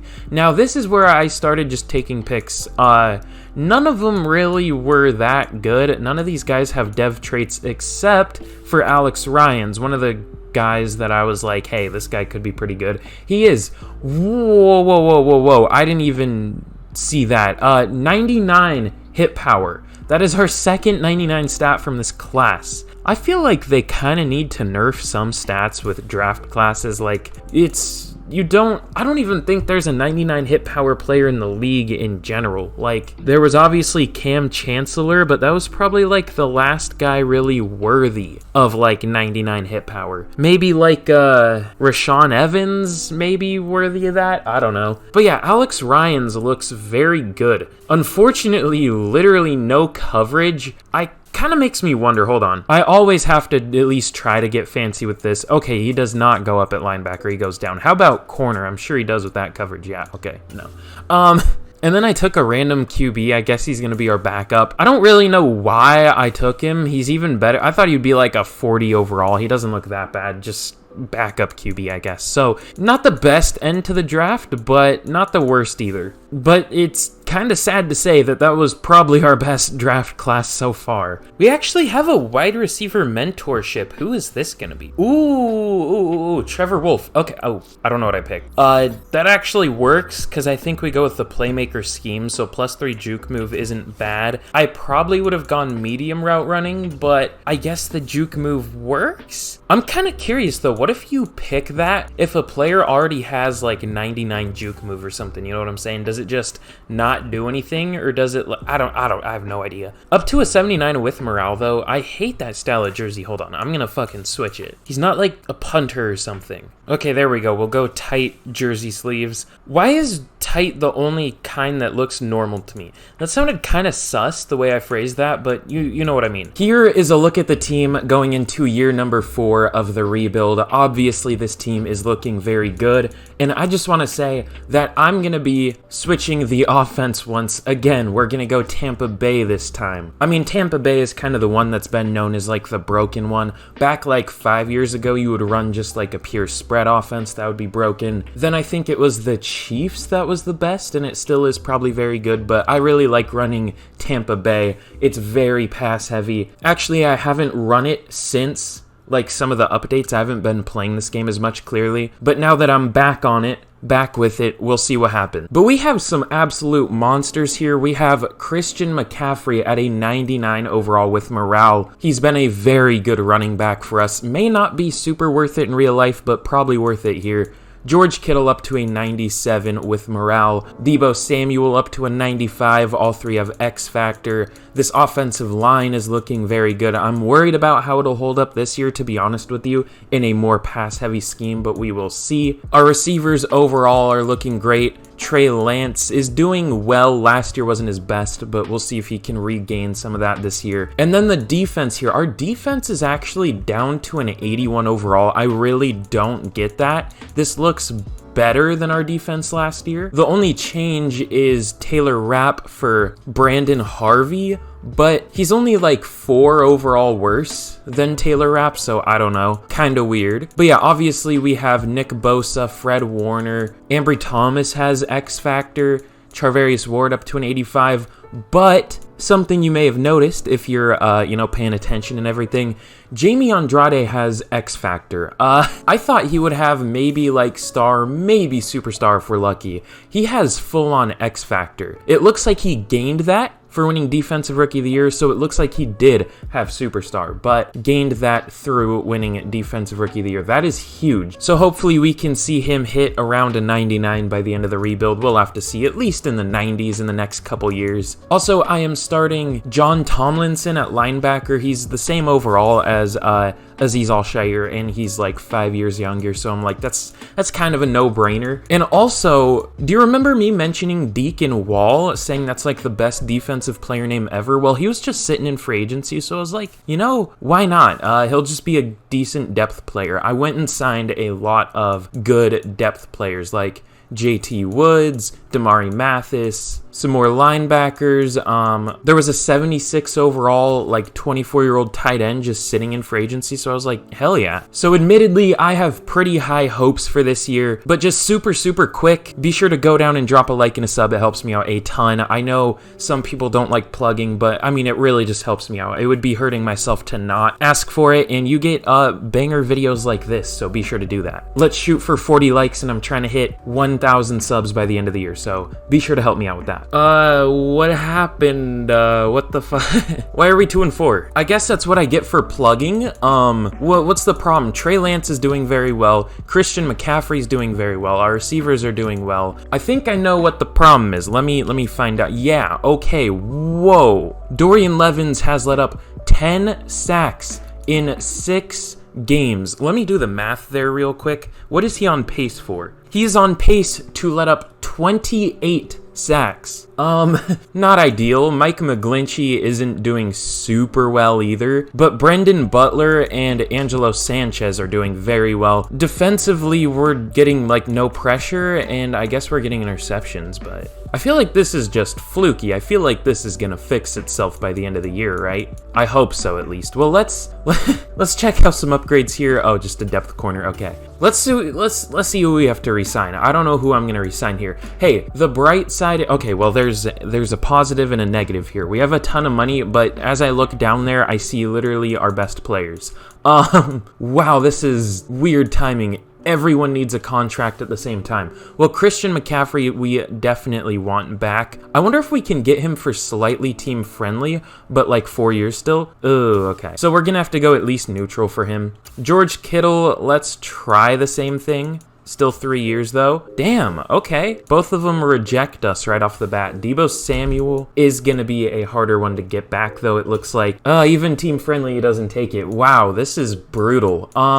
You know, honestly, Trey Lance has been good. He hasn't been great though. He's not very expensive. He'd only be like 29 mil a year. Is that what it? Oh, 27. I can do math, I swear. Let's give him neutral. Okay, he takes it. I don't know fully how I feel about that though. I'm gonna be honest. Samuel Womack, I really don't think we're gonna be able to bring Samuel Womack back. And I don't even know if we need him back. We have depth at corner, so we'll wait on him. All right, let's sim a week, and I guess we'll see if we can maybe re-sign some of them here. Okay, we'll try neutral with Christian McCaffrey. I hate that it lowers their interest if they reject you. That's stupid. George Kittle will go neutral. Let's see if... Dude, I'm not considering shorter deals at the moment. You're like 31. I'm not giving you like a 6-year deal. And for Deebo, we're gonna have to go very player friendly. I don't even know if he's gonna take that. Okay, he does. Well, we started out with a lot of money.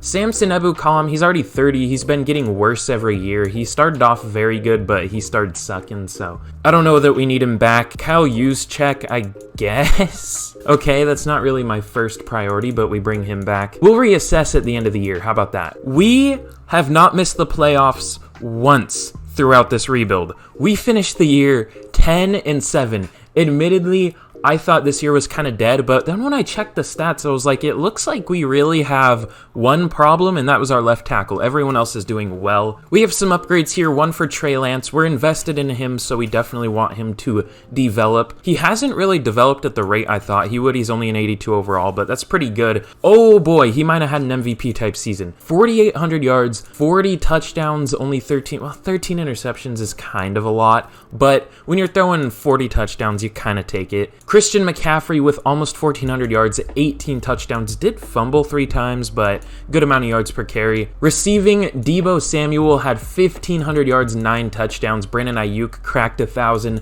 with 7 touchdowns.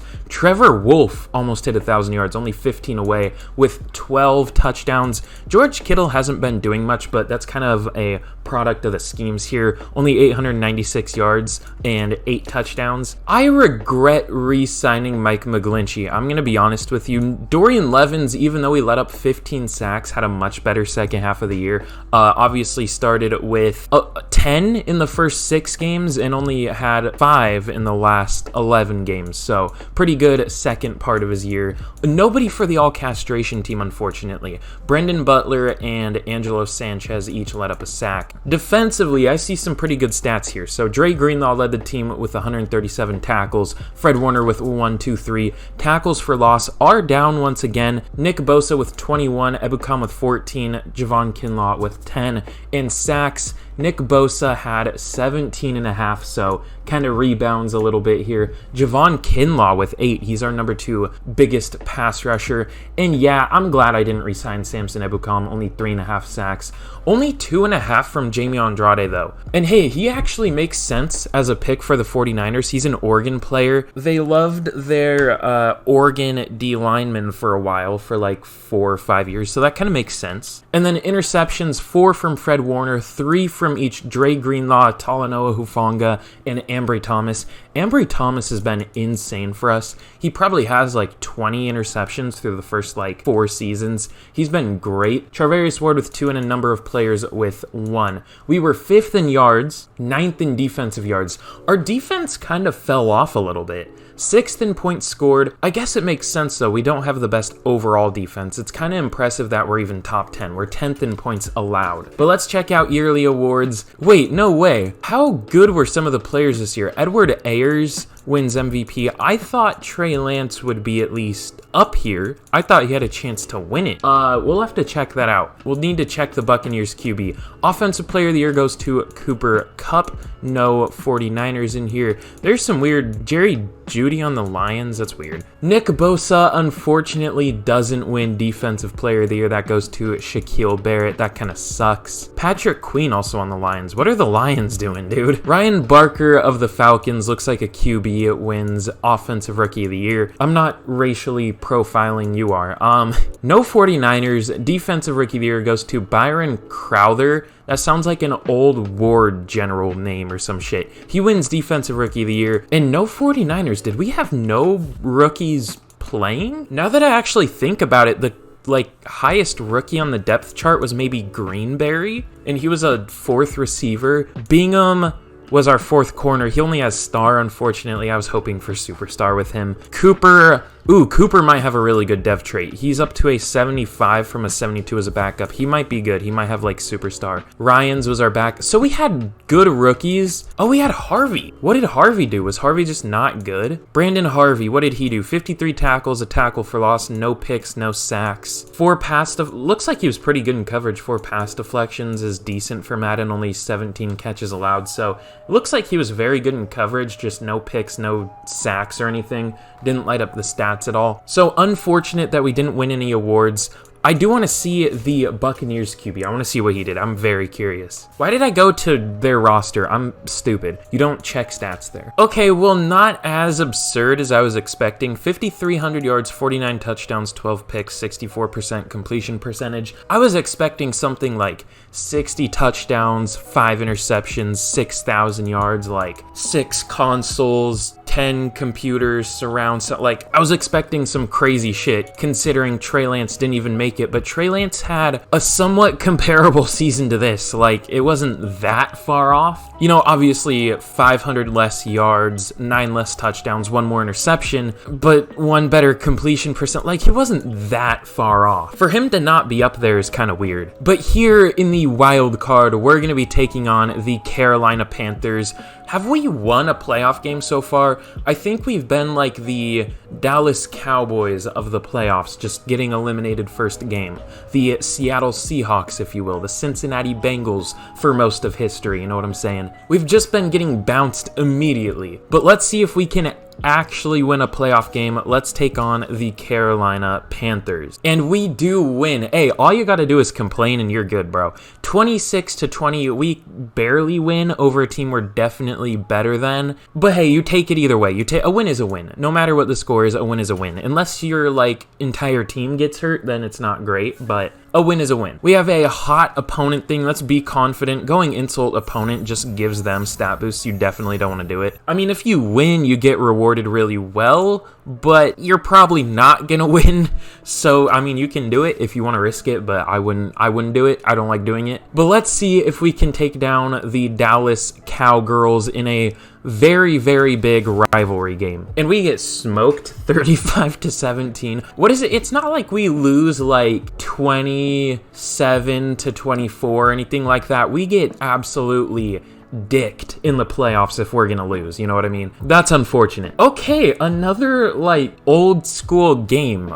We had obviously 49ers Cowboys, and now we have Cowboys Broncos. This would be like a good 90s game or something. The Broncos win the Super Bowl over the Cowboys 28-20 in Super Bowl 60. God, that makes me feel old. I mean, I know it's a few years in the future at this point, but I remember Super Bowl 50 like it was yesterday. Hell, I remember Super Bowl 48 like it was yesterday. That makes me feel old, I'm not gonna lie. I unfortunately remember Super Bowl 49 like it's yesterday. I want to forget that one, that's for sure. Moses Shivers hasn't really developed. I'm just thinking about him again. I haven't really thought about him since we took him. He's not really doing a whole lot. I mean, I guess he wasn't a good overall, but I was hoping you'd at least turn into a decent backup. He's not that good. He's not that guy, pal, you know what I'm saying? All right, here's the scary part. We have some more re-signings. What do we want to do here? Well, Gary Henson, our kicker, I just randomly picked him up. Did he gain star dev? I'm gonna go neutral. Let's try 6 years or something.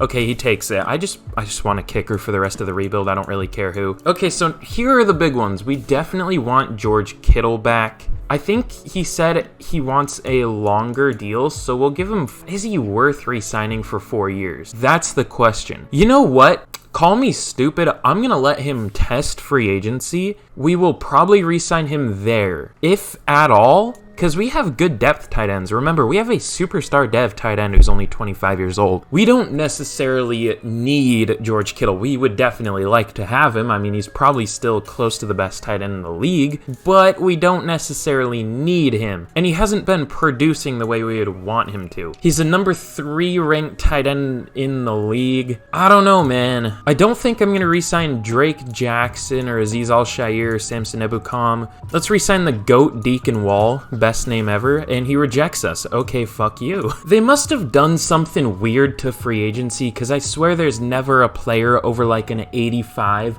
The only good player here is George Kittle because we let him go. I was thinking about signing Aiden Hutchinson, but he is asking like 20 mil a year, so I'm good, and he already has 20 other teams interested. He's not super interested in us, so meh. I mean, there's just a lot of mid here. I was thinking about going Daxton Hill, but I don't want to pay another player. Like, cap is still kind of somewhat an issue for us, and I don't want to have to worry about it even more. So the 2 players we're going to be going after are obviously going to be George Kittle to be our number 1 tight end again. He's not all that expensive. He's only asking like 15 per year. I mean, it says 13.8. We're paying him a little more than that. It's around 15, so it's not too bad for a 94 overall. And David Ojabo's another player we're going to be going for. Not offering him a whole ton. We're offering him like a 1-year deal when he's asking for 3, but we're offering him like 9 mil for that 1 year, so we're kind of in the mix, kind of not really. I don't really care if we get him. I just want a quick band-aid replacement for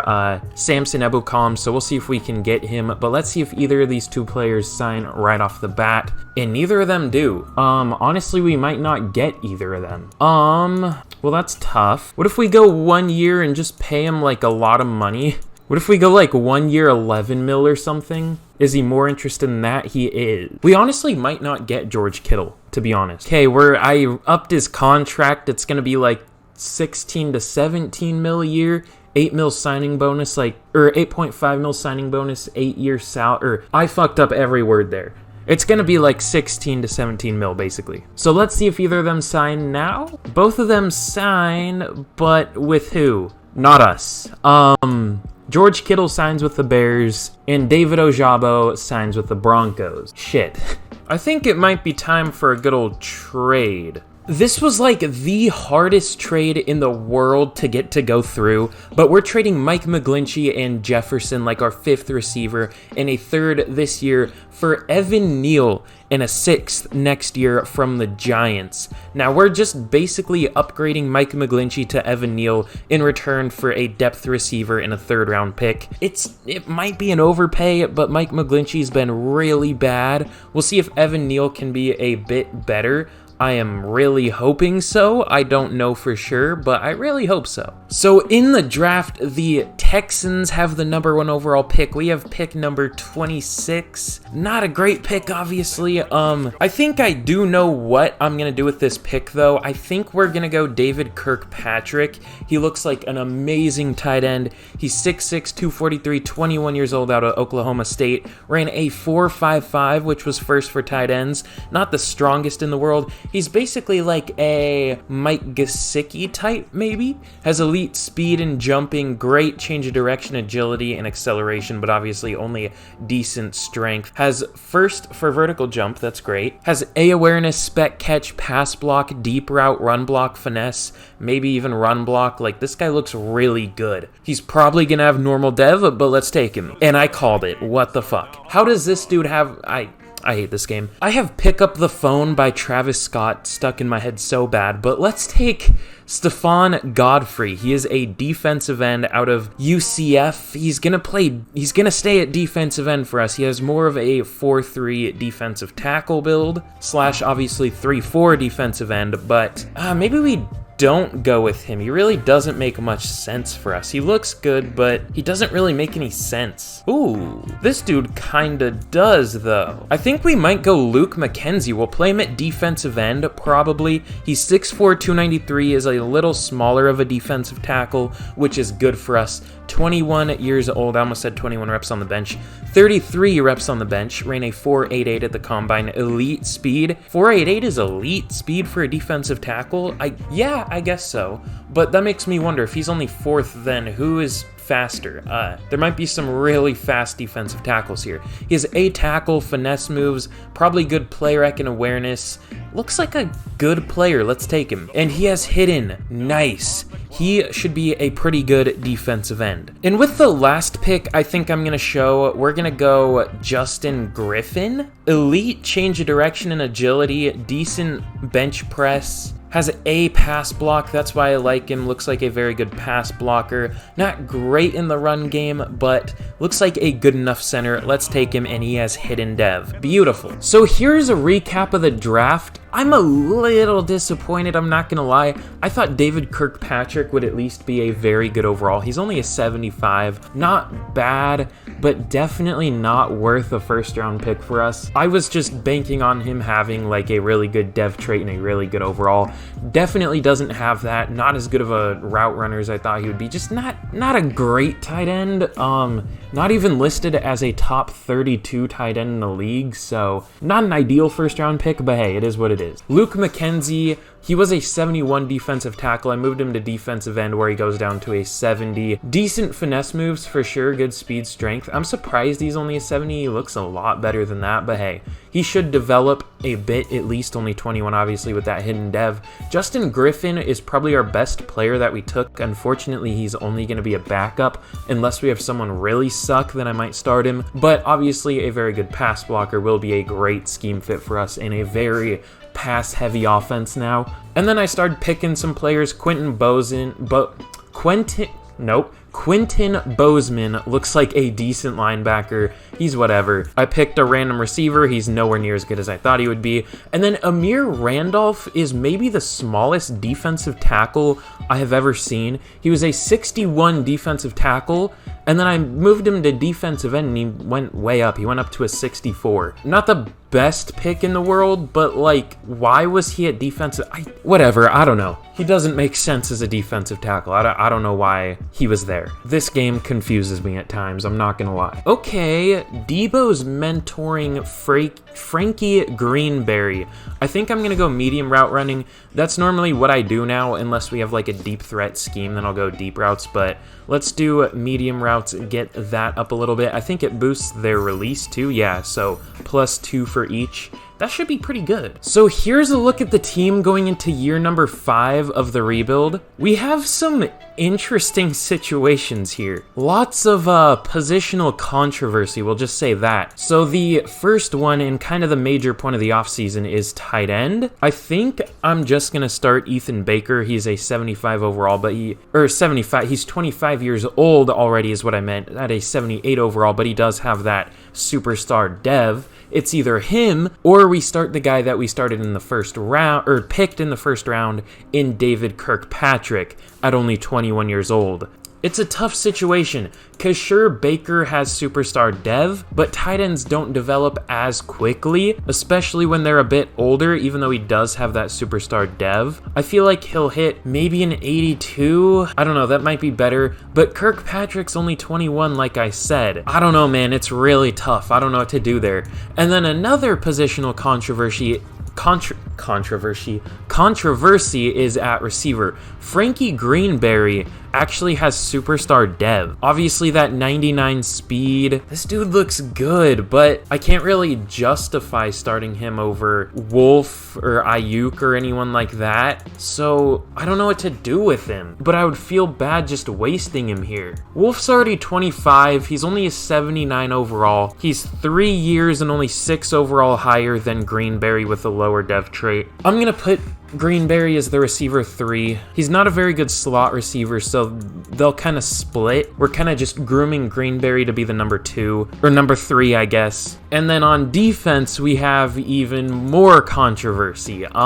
So Alex Ryans also has a superstar dev trait, and I don't know what to do about that because we obviously also picked Brandon Harvey in the first round. I might put Ryans as my sub linebacker, or something like that, but we also have a lot of good linebackers to play there. We can't put him at slot corner because he has no coverage. Another position of controversy is defensive end. Do we want to start McKenzie, who's only a 70 overall, or a little bit better of a player like Morgan or Cam Sample? Do we want to start Cooper as the number 2 defensive tackle or Javon Kinlaw? Like, there's just a lot of questions we have with this team, and it's a good situation to be in because it means we have a lot of players that are good enough to start, but it's also like, what do we do? So I'll figure something out, and I'll see you guys at the midseason point. Now that's how you get back on track. We are 6-1 at the midseason of year number 5, is it now? We have a bye week situation going on here. What's this gonna be? I never know what to do here. These are like a lose-lose, or like, I feel like it's never worth it to pick any of these. I guess we'll go plus XP minus stamina. I mean, that'll really help us out long term. It's gonna suck for the next game, but it'll help us out long term, at least theoretically. We have some re-signings though, and we have some pretty big ones. So Fred Warner, I don't know why all of our big name players are not interested. We're probably gonna have to go very player friendly, and he still doesn't want it. We'll probably end up tagging him, to be honest with you. Nate Davis has been pretty decent. Let me check out his stats real quick. Yeah, he's been a very good left guard, especially for the last couple years, only allowing 3 sacks in each year. Definitely going to be worth it. He's already 29, so 2 years will probably be the perfect amount, and he doesn't want it, even though he's very interested. Okay. Elijah Mitchell, we really don't need. Trevor Wolf, I'm not going to re-sign him for now, actually. Ethan Baker's not interested. How is he doing this year? You know, honestly, he's not doing all that well. I'm going to start our first round pick for the rest of the year. Kind of turn him into our tight end of the future, because I don't want to pay Ethan Baker if we don't have to, and we already have a comparable player there already. Javon Kinlaw, how is his season going? Let's see. Through the first 7 games. I don't know what the hell I clicked, but that was not right. 2 sacks isn't great. 6 tackles for loss. Last year he had 8 sacks. I think it's worth it though. We'll re-sign him for a couple years. It's not crazy. Okay, well, fine. The length is bringing it down, so he only wants a 1 year. Weird, okay. But that's all there really is to do here. Let's check out the team real quick. We're probably looking pretty good. Obviously, I said I was going to start Kirkpatrick. We'll move him to the number 1. And then here's what I did on defense. Started McKenzie. He's been pretty good. At least he's been developing. And then here's the specialists. We have an upgrade for Ryans. I did put him as the sub linebacker. Let's go hybrid. It's not going to up his run defense, obviously. Not as much coverage as you would hope for going into that, but obviously want to get that coverage up a little bit, you know what I mean? But let's get to the end of year number 5. Okay, here we're going to be trading Ethan Baker to the Colts for a 2nd round pick.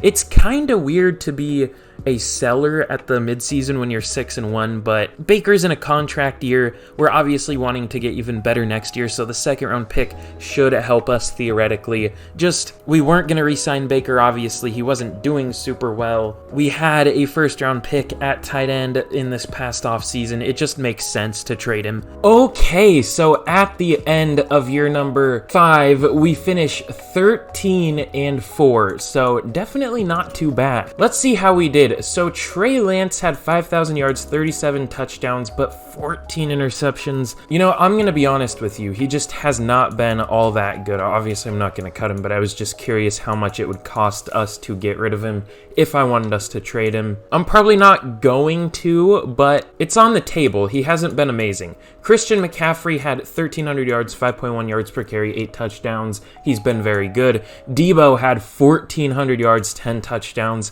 Since we've been in a new scheme, he's been amazing. 1,200 yards, 13 touchdowns for Brandon Ayuk. Greenberry did some work. David Kirkpatrick did some work as well. Blocking was actually not bad, at least on the left side. The right side of our line and the center were not great based on their usual numbers for those positions. Like 10 sacks is a lot for right tackle, 5 for, like, it's fine. We'll live. Fred Warner led the team with 128 tackles. Tackles for loss, 27 from Nick Bosa, and then a lot from a number of players. Sacks, 22.5 from Nick Bosa, 11 from Jamie Andrade, even 9.5 from Luke McKenzie. He probably won Defensive Rookie of the Year. I mean, 55 tackles, 14 of them were for loss, and then 9.5 sacks. That's a crazy year. Interceptions do seem to be a bit down. What the fuck? Okay, so our 2 leading interception getters were players that really didn't even play that much. John Tomlinson and Andre Sisco. I forgot I even got Andre Sisco. They each only played around 450 snaps. Okay.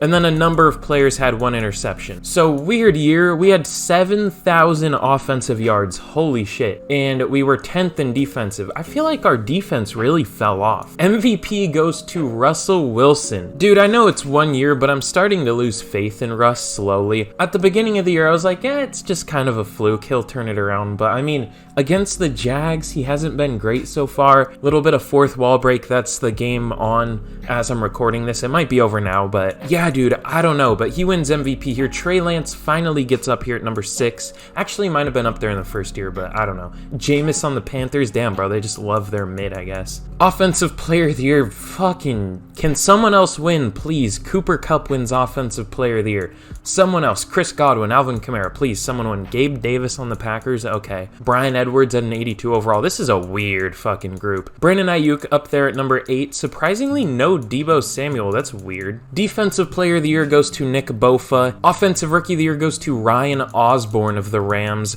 David Kirkpatrick at number 5. I was hoping you'd have a chance, but I doubted it. And whoa, Luke McKenzie doesn't win Defensive Rookie of the Year. I guess that's what I get for saying he was for sure gonna win it. Desmond Beckett of the Lions. We'll check what he did. Let's check that right now before I forget, actually. Ooh, that Joe McConnell guy looks pretty good.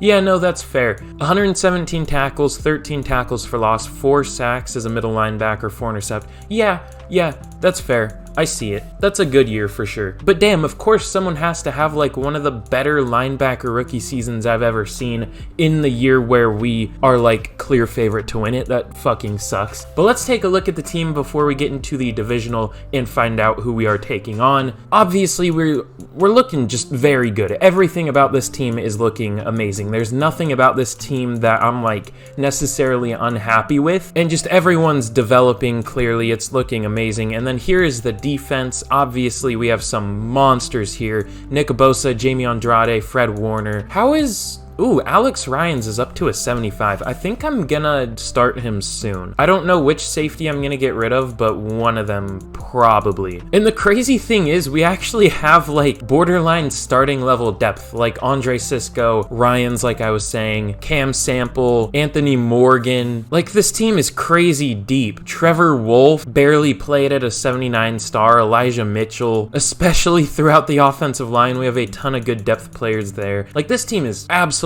stacked. This might be one of the best teams I've ever built. Unfortunately, Luke McKenzie only has star. I was hoping he would have superstar, but hey, up to an 85 finesse moves. This dude is really gonna be special, I hope. Now that, again, I probably jinxed him, he's probably not gonna be, but we can always hope. Of course, though, real quick, again, if you are enjoying the video and you've made it all the way here, be sure to like, sub, turn on notifications, and let me know what team I should do next. Probably not gonna be a 10-year, but I think I'm gonna work on another one of these because I think they're fun. It feels like it gives me more of an opportunity to make the team even better because it is so long. I kind of really like this. But being a sellout over, we're going to be taking on the Carolina Panthers at only 9-8 at an 83 overall. They're definitely going to beat us. I'm just going to say that now. Let me take a look at their roster. Obviously, we know they have the GOAT, Jameis Winston, and they have a young backup QB at a decent overall, only normal dev. Okay, probably not going to turn into much, but could be decent. You never know. They have Tony Pollard and Johnny Charleston with an X factor. That's crazy. Their receivers are looking good. This team looks really well built for the future. They have a very good rookie tight end. Obviously, a decent offensive line. Brian Burns still here. Derek Brown. Good young line. They have a lot of good young linebackers. They have Isaiah Simmons now. JC Horn. This team is not bad, and they have a lot of young, really good pieces, like I said. So let's see if we can take them down. down. I can almost guarantee we're going to lose. Let's see what happens. Okay, no, I just have to be super pessimistic like always. We win 35-17. We kind of crush them. We have some upgrades here. Kyle Juicy Juice or whatever the fuck, Kyle Juszczyk. Let's upgrade him. By the way, I don't think I said anything. I moved him to tight end. +4 medium route, damn. But yeah, I moved him to tight end just because I realized like we could have him there and not have to take up another roster spot with having a fullback, if that makes any sense. Like we can just play him at both tight end and fullback. +4 man coverage, Jesus. But here we're going to be taking on the Washington Commies. Let's see if we can take them down. Again, I doubt it, but let's go to the Super Bowl. Oh shit, okay. We're going to be taking on the Baltimore Ravens in the Super Bowl. Rematch of the, what, 2012 fucking blackout Super Bowl or whatever they call it. What did we do against the Commanders, first of all? I want to see what the score was of that. We won 30-14. Okay, we kind of smoked them as well, but it looked like the Ravens smoked the Raiders. So I am actually going to be jumping in here. We have a Super Bowl Media Day thing or whatever this said. I think that's what it said. We'll say just the beginning because, I mean, we're only like halfway through the rebuild. I guess it's not technically the beginning. It's like, you know, we're halfway, but still. And we have some upgrades here before we hop in. Just cam sample. Hey, you never know. That can be the difference maker. He could get the game sealing sack. But let's jump in against the Ravens and let's see if we can take them down. Have a Nike day? What does that even mean? Oh, like a nice day? But that would be pronouncing it like Nike. Anyways, here we are in Rock Hard Stadium, aka Hard Rock Stadium. Miami Super Bowl. That would be kind of a nice place for it, but let's see if we can take down Baltimore. Two good scrambling QBs against each other. We go up 7-0 early. Not much scoring going on like you would expect, which, I mean, hey, I guess these two teams are kind of known for defense, but they don't seem quite as good here. We take the lead 20-17. We take an even bigger lead 27-17. They are getting closer, but we win our first Super Bowl 27-24. Damn, Harbaugh looking old as shit there. He going gray as hell. But let's check out some of the stats here. This was an amazing game. So it looks like there wasn't a lot of passing, at least not in terms of yards. I mean, yeah, not much passing going on. Trey Lance slightly outplays Lamar just because he didn't throw an interception. Not much rushing either. What did we do on offense? What was happening? Were we just chewing as much clock as possible? Debo had 88 yards and 2 touchdowns. He might have been Super Bowl MVP. Jamie Andrade had 2 sacks, a tackle for loss, 4 tackles. He was very good. Nick Bosa with a sack and a tackle for loss. They got 1 total sack on us. And who got the interception? It was Charvarius Ward. Okay. So we win our first Super Bowl of the rebuild. Let's see if we can win some more. My dumbass almost simulated past the re-sign period because I was too hype about just winning a Super Bowl. But also I want to point out, this division has been very, like, every team has been about the same. Every other team other than us finished 6-11. Like, I mean, there was the year where everyone was like 11-6. There was the year like everyone was horrible except for one team. Everyone just follows each other, I guess. But we have a good amount of re-signings here. Fred Warner is very interested. He rejected a 7-year, like 20 mil. Let's hope we can just go neutral and he takes it. Okay, so I'm guessing every player is going to be pretty interested because we just won the Super Bowl. I mean, at least that's my guess. Nate Davis, I guess we'll re-sign him if he takes neutral, and he does. Okay, Trevor Wolf, he's been good for us, but wow, English is hard. We really just don't need him. Kind of same thing with Javon Kinlaw. He hasn't been actually that good. He had 1 year where he had like 8 sacks, but since then he hasn't really done anything else. We really don't need many of these players here at all. I might re-sign some depth pieces, but other than that, let's just hit free agency. So here's what we're looking like right now. I definitely think our biggest needs are like running back 2. We could sign maybe a receiver. I know we just let Wolf go, but we could go with like a lower level one just to be our receiver 4, or we could draft someone. We need a second tight end. Honestly, Moses Shivers is a 66 at tight end. Why? I don't know, but I mean, that sounds fun. So we'll do it. Oh yeah, love that 67 speed at tight end. and deadly. And we actually had a couple dev ups. Trey Lance and Brandon Ayuk each went to superstar dev. You love to see that. And then on defense here, I mean, everything's about the same. We don't even really need a defensive tackle. I forgot we have Bryce Cooper. So with that 99 strength with his morale, that's huge. We just really don't have a lot of needs, and it's kind of nice. We can just go for depth in the future. Actually, let me do some strategizing real quick. Let's see what our expiring contracts in the next couple years are going to be. So our big ones this year coming up are going to be Angelo Sanchez. We already have a good backup center. We're good there. John Tomlinson, Brendan Butler, Dre Greenlaw, Dorian Levins, Charvarius Ward, Nate Davis, Brandon Ayuk, Jamie Andrade, but we're definitely going to re-sign him. So I think we're going to look out for offensive linemen and linebackers in this draft. Definitely. Those seem to be the two big things we're going to need to re-sign next year. But in free agency, what are we going to do here? So in free agency, admittedly, I already accidentally simulated a thing. I hate how easily you can click down the left stick and it'll just automatically, it won't even ask you, it'll just like simulate it. But we do get Dawson Knox to be our number 2 tight end. That's huge. I'm not going to be a little bitch this year. We need more picks if we want to win back-to-back Super Bowls. Or not more picks, more players, good depth. So in free agency, the other players we're going to be going after are going to be Michael Dixon, Mitch Wishnowsky. I don't even know if we have him anymore, honestly, but Michael Dixon should be a good punter. Trevor Wolf, he's not very expensive, so we'll try to re-sign him. If we don't get him, it's not a big deal. But he's only like $4 million a year, almost 5, so he's very cheap. And then Dom Morton could be a very good 4th corner. So let's see if any of these players sign, and they all do. Do they sign with us? They all sign with us. Beautiful. Here we have a 5th-year option for Dorian Levins. I am going to pick this up. He hasn't been very good, but it'll give us another year to evaluate him before we have to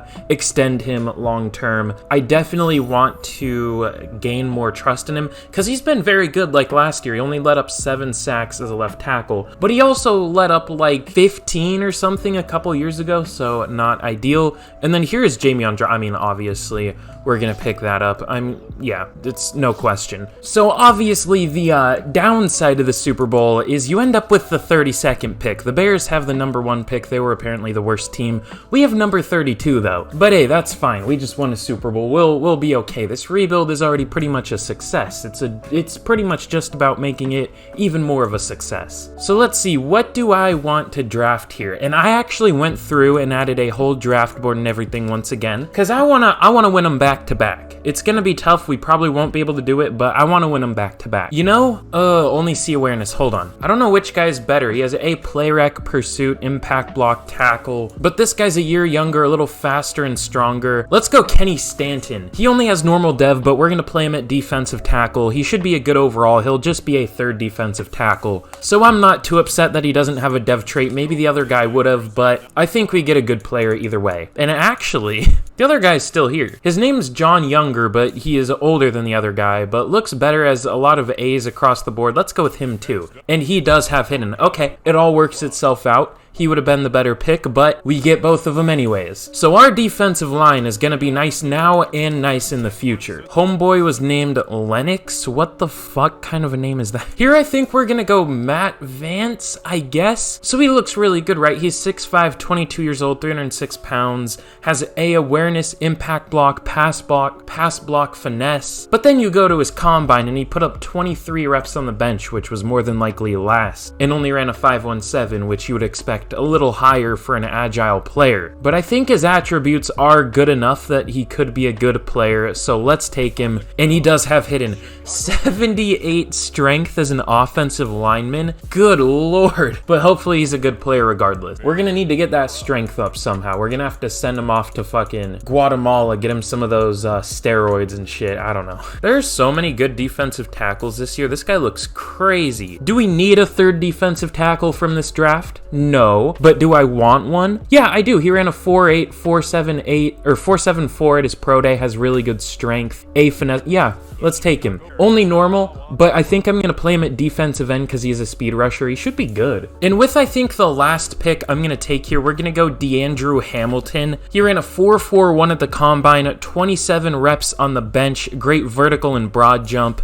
and he has A, ball carrier vision, A, stiff arm, B, awareness. He's a power back that is also fast. That screams a good player, but because it's me drafting him, he's not going to be good, and he's going to have normal dev. Okay, beautiful. He has hidden 91 speed. You got to just pull the reverse psychology on the game sometimes, you know what I mean? So here is a recap of the draft, and honestly, it was pretty good, especially for our defensive line. So Kenny Stanton, I think he was like a 73 defensive end, went up to a 74 defensive tackle. Looks like a very solid player. Not as good of a pass rusher as I would have expected, like is usual for defensive linemen, but looks like a good player. John Younger is also a good player, 71 at defensive end, 72 at defensive tackle. Good strength, tackle, decent speed for a defensive tackle. Looks like a very good player. Matt Vance is actually kind of surprising. He's a 73 overall, yet only has 78 strength, like I was saying, just as a very good pass blocker and has very good awareness, so it makes up for his lack of strength. Stephen Moats moved him to defensive end, went down 1 overall, but is a scheme fit there. Should be a good depth piece. Has 81 finesse moves, 80 speed. You know, if this was real life, you could ask him to slim down a little bit. If you're gonna have him play a 4-3 defensive end, maybe get him down to like 270 so he can use that speed even more, be even faster. And DeAndrew Hamilton, the running back, is tied for our best player. I figured he was gonna be good. Just a very, very well-balanced player, fast, strong, good trucking. Not even the worst receiving running back in the world. Good blocker. Like, this guy is a very good player. He'll be our running back 3, but is good. And then I took the rest of these players off screen. I believe none of them are all that good. Mr. Irrelevant, Daniel Cleveland. Justin, I don't know how to pronounce that last name, I'm going to be honest. Looks like a decent linebacker, so very good draft. Didn't get as much depth as I was hoping for, but still a good draft nonetheless. Here is a look at the team going into year number 6 of the rebuild. Not much has really changed here on offense, just adding DeAndrew Hamilton to be our number 2 running back. He looks like a beast. Obviously, I already showed him, just very well-balanced player, looks very good, and maybe can eventually take over for Christian McCaffrey. We'll just have to see. And I guess the other addition is Dawson Knox to be our number 2 tight end. Very good number 2 tight end, probably the best in the league. We obviously want to start David Kirkpatrick because we took him in the first round last year. Don't want to necessarily have that pick go to waste, plus he's only 22, so he should really develop. And then defensively here, we actually kind of have some questions, so something maybe weird I'm going to do is I'm going to start John Younger as our defensive tackle too, simply because he has a dev trait. I mean, he's not as good as Cooper or even Stanton, but again, that dev trait is very good, and he is a few years younger than Cooper. I'm hilarious. Subscribe to me right now. Other than that, though, I really want to start Ryans. I don't know if I want to start him at free safety or strong safety, but if one of those two have a bad year, I'm definitely going to start Ryans by the next year. I'm still going to play him at sub linebacker. He's still, what, only like 23? Yeah, still only 23 with that superstar dev, already up to a 75, even though he's been a backup. But I'm excited for this year, so let's get to the mid-season point of year number 6. Excuse me? At the mid-season point of year number 6, we're 2-4. What happened? There might be some trading going on here. I'll just say that now. Trey Lance has not been great. 56% completion percentage. Yikes. Christian McCaffrey hasn't been all that good. Our receivers have been good, but it's hard to tell when they're bad, because, I mean, does it show, like, drops? Oh, no, DP is downs played. Okay, I was gonna say. I just woke up, so things aren't processing at an elite level like they normally are, you know what I'm saying? It's weird how inconsistent players can be. Like, Jamie Andrade was very good last year, and he only has 2 sacks so far this year. I don't get it. Same with Luke McKenzie. I feel like it is simply one of those situations where you just gotta go the rest of the year and it'll kind of fix itself. But who do we have to re-sign? Because we could make some trades here if we want to. Ooh, yeah, I might. These are like almost all the players I was picturing in my head as potential trade options because they are older and we're bad right now. I do want these two back right here, but I think I'm gonna make some trades. Should I just re-sign Brandon Ayuk actually? He's been very good. We have no reason to really let him go. Yeah, let's re-sign him. It's 4 years, so it's a long one, but I think it's worth it. And Nate Davis, I believe, has been very good for us, so we don't really have a reason to trade him. Well, last year he wasn't amazing. He only wants a 1 year. If he takes this, we'll keep him. If he doesn't, we'll trade him. Okay, we'll trade him then. Dawson Knox, we're gonna trade regardless. Charvarius Ward, probably same deal. Drake Jackson, yes. So let's get to some trading. Wow, this is actually some pretty good value. We're trading Charvarius Ward, Dawson Knox, and Nate Davis, 3 players that need a new contract and are older, to the Giants for 2 firsts and a third. There were a lot of teams that were interested in these 3 players.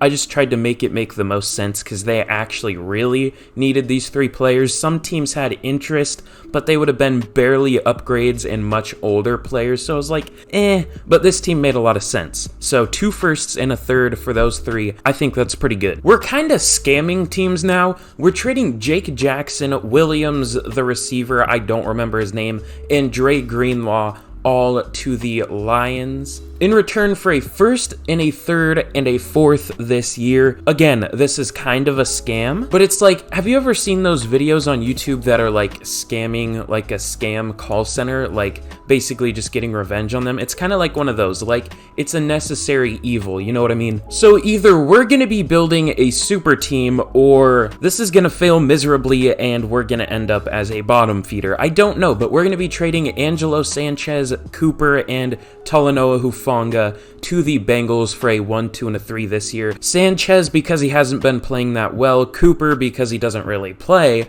and Hufanga because I want Ryans, I think his last name is, to start at strong safety because he has that superstar dev and he's only 23. So that makes a lot of sense to me. I don't know about you, but I think we're gonna stop there. I do want to play Vance somewhere, but there's nobody here, or there's nowhere here that really makes sense at 6'5", 306. We could try him at center and move the center to like guard or something. He's 6'4", 300. Okay, well they're about the same build regardless. Okay, well he goes up if he moves to guard, so this is going to be our offensive line for the rest of the year. That's the nice part about having so much depth. You can trade away like most of your team and you'll still have good players. But let me fill out the roster, let me rearrange the depth chart, and then we'll get to the end of year number 6. Okay, so this is to be expected. At the end of year number 6, we missed the playoffs. I'm fine with that. I don't know how we're still an 87 overall, so maybe I'm not fine with that now that I think about it. Because, I mean, what positions did we really downgrade at? I guess we downgraded a little at guard and center, but not much. We downgraded at number 2 tight end, but who really cares? We downgraded at corner a little bit, and we downgraded at linebacker. And I guess strong safety, but we had good players to replace them there, so maybe we should have done a little better. I'm definitely glad I didn't trade Trey Lance, though, because I was definitely thinking about it. He had 5,200 yards, 43 touchdowns, 12 interceptions, still kind of a lot, but you take it, obviously. Christian McCaffrey wasn't that good. 1,000 yards, 4.4 yards per carry, 8 touchdowns, 3 fumbles. Not great for Madden. 1,500 yards and 19 touchdowns for Debo. That's a potential offensive player of the year season. I can't speak. Freddie Greenberry with 1,100 yards, 5 touchdowns. Ayuk with 1K and 5. And David Kirkpatrick almost had 1,000 yards at tight end, as well as 9 touchdowns. Very good year from him. Blocking,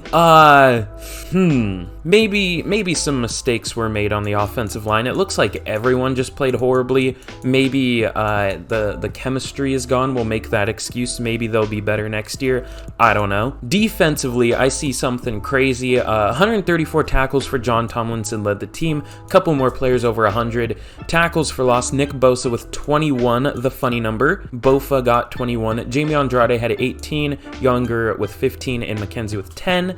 And then sacks, 23.5 from Nick Bosa. I need to check the all-time sack record. I want to see if he's in there like multiple times. Jamie Andrade with 10.5, Luke McKenzie only 6.5, John Younger with 6. That's a really good rookie year. Interceptions, 2 from Fred Warner, John Tomlinson, Ambry Thomas, and Dom Morton, and then a few players with 1. But I want to see, let me see, season defensive sacks. So we have Nick Bosa in 2022 at number 4 with 24, and then this year right after with 23. It was technically 23.5, but whatever. Aiden Hutchinson on the Titans also got 23 this year. That's interesting. Number 1 is Aaron Donald with 28, then Myles Garrett with 27, and Von Miller with 26. I love how realistic Madden is. All the sack breakers are within like the last 5 years. Love this game. So in the Super Bowl, the Ravens take down the Panthers 24-17.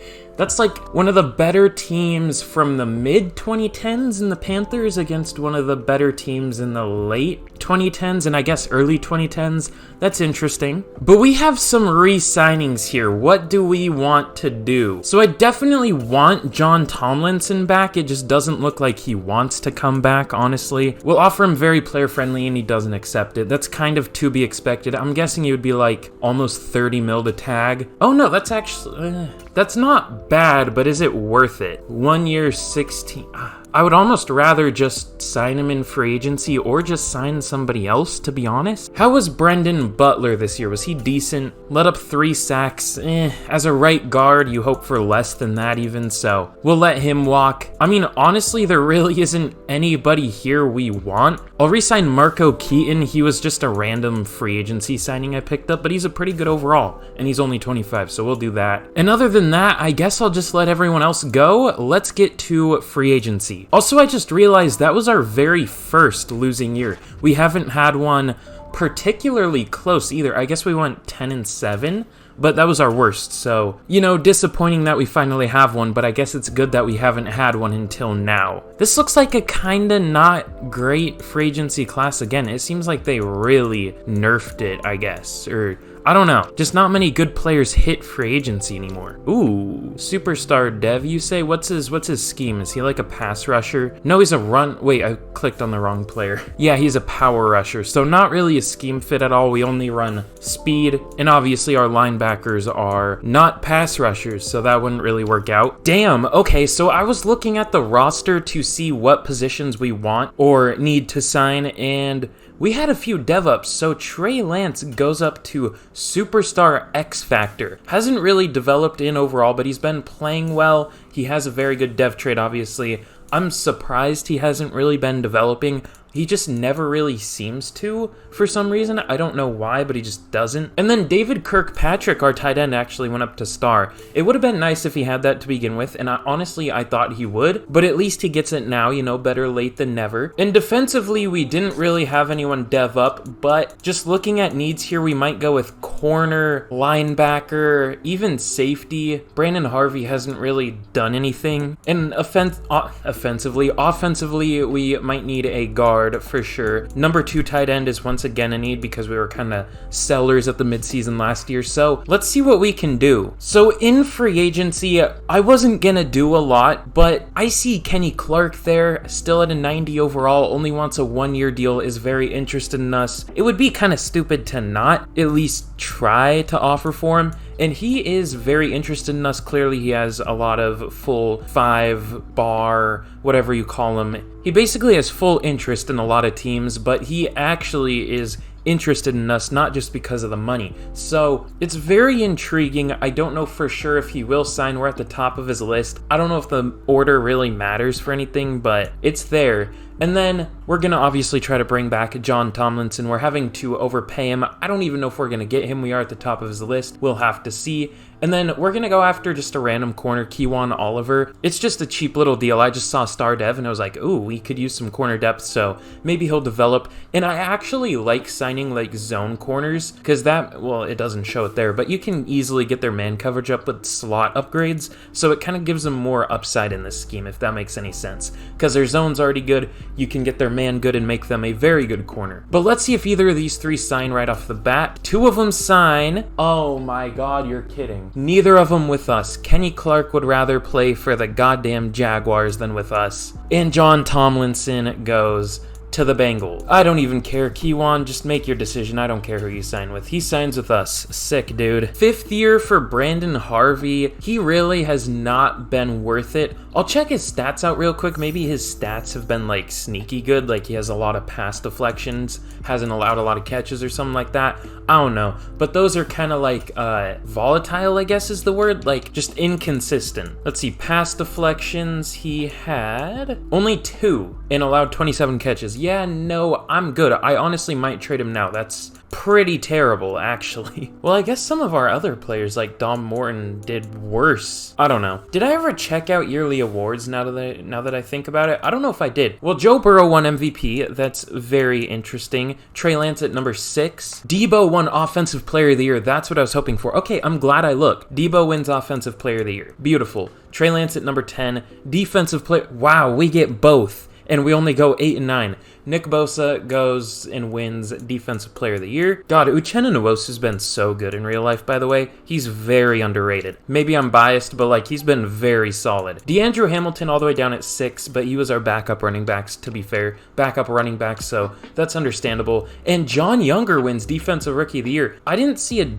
dev up or any XP or anything. Did he just not get anything for it? That's kind of dumb if he just didn't get anything. Let me see. I didn't even see XP or anything. Yeah, obviously stays at star dev. Progression history. He didn't get anything. Why? Is this some kind of like bug or something? Because we're in free agency. Maybe one of the players that were up there are in free. No, that doesn't make any sense. Why would their team let them go? I don't know. That's really strange. But we have another 5th year option. Who's this one going to be?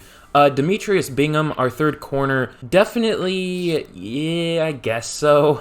I said definitely, so it doesn't really make any sense, but I guess so. He's been fine enough from what I've seen. I don't know, our secondary's been kind of mid throughout this whole rebuild. And by mid, I mean bad. I hate that I do it too, but I hate when people say mid when they say bad. Mid is supposed to mean average. It's not supposed to mean dog shit. Like, people call, like, Baker or someone mid. Baker's dog shit. Baker's not mid. Actual mid would be like Kirk Cousins, you know what I mean? Like, just putting it in football terms, whatever. Like a Derek Carr, fucking Jared Goff, I guess. Maybe he's a little below mid, but I don't know. Sorry, mini rant. Just, it annoys me, even though I literally just said it too. Oh my fucking god, look at these top 2 corners, especially Nelson Waters. This might be one of those generational type players where they're like an 86 X factor. The speed too, he has like everything. A catching man press zone, only 21. Ran a 4.34 at the combine, decently strong. I'm jealous. He doesn't have the best play rec and maybe not the best awareness, but still looks amazing. And then there is, what's his name? Deron Collins. Again, only 21. Ran a 4.36 and is very strong. 22 reps. A press tackle, catching, maybe a awareness, block shed, man coverage, zone coverage. I might trade up. We'll see. This might be a loaded draft class. Brendan Camp looks very good too. Elite speed, amazing strength, A awareness, play rec, power moves, tackle. Holy shit. These QBs as well, like Larry Barker, Tyreek Benford, Jamal Riley has like all A's at right tackle. God damn. Unfortunately for us though, it looks like every first round pick we got was bottom half of the first round. None of those teams could finish poorly, of course. And I believe they were all projected to be like bad teams. I guess we did give them players obviously when we traded them, but still I don't think they were that important of play. I don't know, dude. That's kind of dumb. I'm not gonna lie to you. I'm really thinking about moving up for one of those top 2 corners. They looked really good. How about this? If the Jets don't take one of them here, because the first pick would be way too expensive, the second one might even be way too expensive, I don't know. But if one of them are here, specifically the top one, I can't remember his name, that had all A's if they're still here, let's just see. The Jets go Deron Collins. I feel like that was the second guy, right? Yeah, that was the other guy. That wasn't the one that I thought was better in Nelson Waters. I mean, sure, the other guy was stronger, but I don't know. Are the Falcons gonna take him? Let's see if we can make a trade with the Falcons here. That was way cheaper than I thought it would be. We're only trading a second and a fourth to trade up from 17 to 2. Okay, I mean, I'll take it. That doesn't seem super realistic, but I'll take it. All right, well, here we go. He's probably gonna have normal dev and be like a 72 overall or something, but he just looks ridiculous. Obviously, 4.34, decently strong, amazing attributes. The only thing that concerns me is the play rec and maybe awareness, but he looks amazing. Let's take him. And he has hidden. Thank the Lord. I was actually kind of nervous that he wouldn't, but he looks like he could be a monster. I definitely want a linebacker here. I just don't know which one to go with. I'm thinking Reggie Ridley, but he looks really bad in coverage. He only has B to C zone coverage, only C man coverage, and you gotta remember, that's not like an actual B or C. It's a B or C compared to pass rushers. I know I say that a lot, but I just want to remind you that that's gonna be really bad. But he does look like a very good run defender, has elite speed, and then is either good, great, or solid at everything else. So I'm really liking the look of this dude. Pause. He's 6'1", 236, so not the biggest linebacker ever out of Texas A&M. Let's just take him. I think he could be decent, and he has hidden dev. I'm excited to see what his overall is, because I'm not sure. And then we actually have the next pick right after that at pick 21. I think I'm going to go with this center right here, TJ Anthony. Kind of has two first names, but not an athletic freak necessarily. Just looks really solid. Am I going to go with this guy? This guy doesn't look that good, actually. This guy looks interesting. Caleb Thurmond. He is already 23. He's not a scheme fit, but is very strong. Listed with elite strength and change of direction, which is interesting. He doesn't look bad. He has decent pass block, decent run block for sure. Better at run blocking, obviously. B awareness. Yeah, let's go Caleb Thurmond. He could be a good player. He has hidden 92 strength. This guy could be really good. We'll have to see. And then one pick later, or I guess technically 2 picks later at pick 23, we have another one. I'm kind of liking the look of Chris Nix. That's a scary name to me for some reason. It sounds like I'm about to say like a slur or something. I don't know. That name just doesn't really roll off the tongue. You know what I mean? He's 6'4", 307, 21 years old, out of Michigan. He ran a 4.86 at the combine, a 4.79 at his pro day. So he's very fast for a bigger dude. 33 reps on the bench. Looks just decent. B awareness, A block shed tackle. Not a good pass rusher more than likely. He's probably going to have C power moves. But looks like a very good run defender. Let's take him. And he only has normal, but he should prove to be a good depth piece at the very least. And maybe turn into a starter someday. We'll see. Might be a bit of a miss there, but I didn't really know what else to do. Ooh, this guy's here. Holy shit. Wait, this is the guy that looked really good, right? Oh, no, wait. Oh, he's slow as shit. Never mind. I mean, this dude doesn't look bad. Just looks like a Deebo Samuel clone or something. We'll think about Rudy Beard. He looks pretty good. The thing I don't like about this is you can't unfavorite players in the draft. It's stupid. And you can't move them around on your draft board. Like, what if you already take the position? You don't need anyone else there, and it just forces you to keep that position on your draft board. It's kind of dumb. I don't like it. Ooh, this guy's fucking fast. Good lord. Only listed as great. That's not elite. A 4.53. Thad Brown doesn't look too bad either. Ran a 4.47. Ooh, this is tough. I don't know what to do here, man. What's our biggest need? That's the question. Our biggest need is probably linebacker, but this guy doesn't look that good. Spencer Jackson, the only good thing about him looks to be his speed, and obviously coverage and awareness, but he looks terrible at run defense. He almost just looks like a straight-up safety. No pursuit, no tackle. God, I don't know. He's gonna have normal dev, but let's take him. Yeah, oh, that sucks. I got baited, unfortunately, and that receiver's gone. God damn it, dude. That sucks. Here I think I'm gonna go Theo Gibson, another corner. He's already 23, but 6'1", 207 out of Duke. He ran a 4.5, which isn't great, but 14 reps on the bench isn't bad, and he has elite jumping, a 40.1 inch vertical jump. That's interesting. Just has good overall attributes. Let's see how he is. Hidden dev, okay, that's interesting. So here is a recap of the draft. Obviously, you know, I'm happy we traded up. Nelson Waters is a 83 overall. So is he what you would consider a generational player, or is that that like only 85 plus,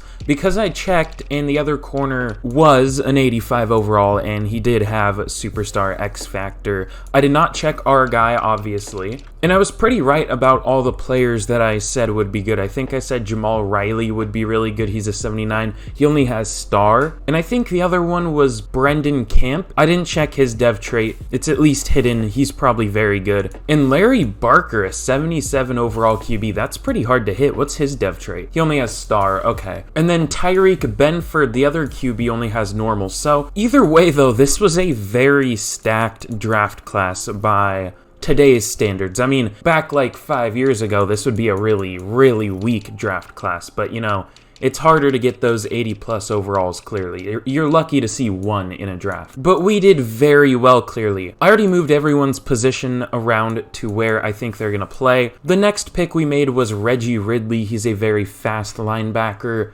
That's about it. I mean, he's pretty decent in run defense, but not the best. Not great in coverage, just a really good fast run defender. I think he could be pretty good. Caleb Thurmond is a 74. That was a very good pick as well. 96 strength with that morale. He looks crazy. Should be a very good right guard. Chris Nix only has normal like we went over. I moved him. I think he was one of the players I moved, and he's a 75 at defensive tackle. I don't remember if I moved him or not. I recorded that yesterday. Spencer Jackson is a 72 overall. He looks very good. Much better in coverage than the other guy, just not as good of a run defender. 76 awareness as a rookie is interesting. He looks good. I don't know what I'm going to do with him, but he looks good. And then I think the last pick I took was Theo Gibson. He's only a 68, but he has that hidden, really good press, not great coverage, good athlete, just looks like a decent depth corner for now, could develop into something. And then this is where I took him off camera, and I did very well. Jonathan Alonzo, I was deciding whether to play him at defensive tackle or defensive end because he is a speed rusher, but I'm playing him at defensive tackle because he goes down to a 69, nice at defensive end. Also 69 awareness, also nice. But yeah, he's a decent player. I don't know what we're going to do with him, just kind of a depth player, but could be good. And then we actually got like two of the best players in the entire draft. Let me check it out. Hold on. So yeah, we literally had the number 2 and the number 4 best players in the class. John Callahan, a running back, is a 78 overall. Another one of these very balanced, good runner type players, like good carrying. He looks really nice. I don't know what we're gonna do with him, but it's nice to have him, and it's nice that another team doesn't get to have him, you know what I mean? Sidney Perryman, he was an outside linebacker. I moved him down to defensive end. I think he went up an overall. A lot of decent players here. I don't think any of them had a dev trait though. Yeah, I don't think any of these guys down here had a dev trait, but they are a good overall, especially for where they were picked. So this was maybe my best draft ever. I know we had a lot to work with, but this draft class was crazy. I fucking hate when this shit happens so much that you can't even see the sliver. I mean, barely if you squint, but like, come on, bruh. If it's that close, it should just go through in my opinion. But here we're going to be trading Ferguson, our number 2 running back, Seymour, our backup right guard, and Quentin Bozeman, our, I guess, 4th linebacker, for a 1st and a 6th from the Titans. Those players were probably not going to make the team other than Bozeman. I mean, we're already stacked at running back. We're good there. Guard, I mean, he was already 26 and not that good. I guess we could have used Bozeman, but that's not going to be a hard replacement to make. We're looking good. Just a quick trade right here. We didn't have any more roster space, so we're trading Dom Morton to the Colts for a 2nd round pick. Here is a look at the team going into what? Year number 7 of the rebuild? This is a friggin' long rebuild, dude. I mean, obviously it's 10 years. Like, that was a pointless statement to make, but like, you know what I mean. This I'm feeling it, bro.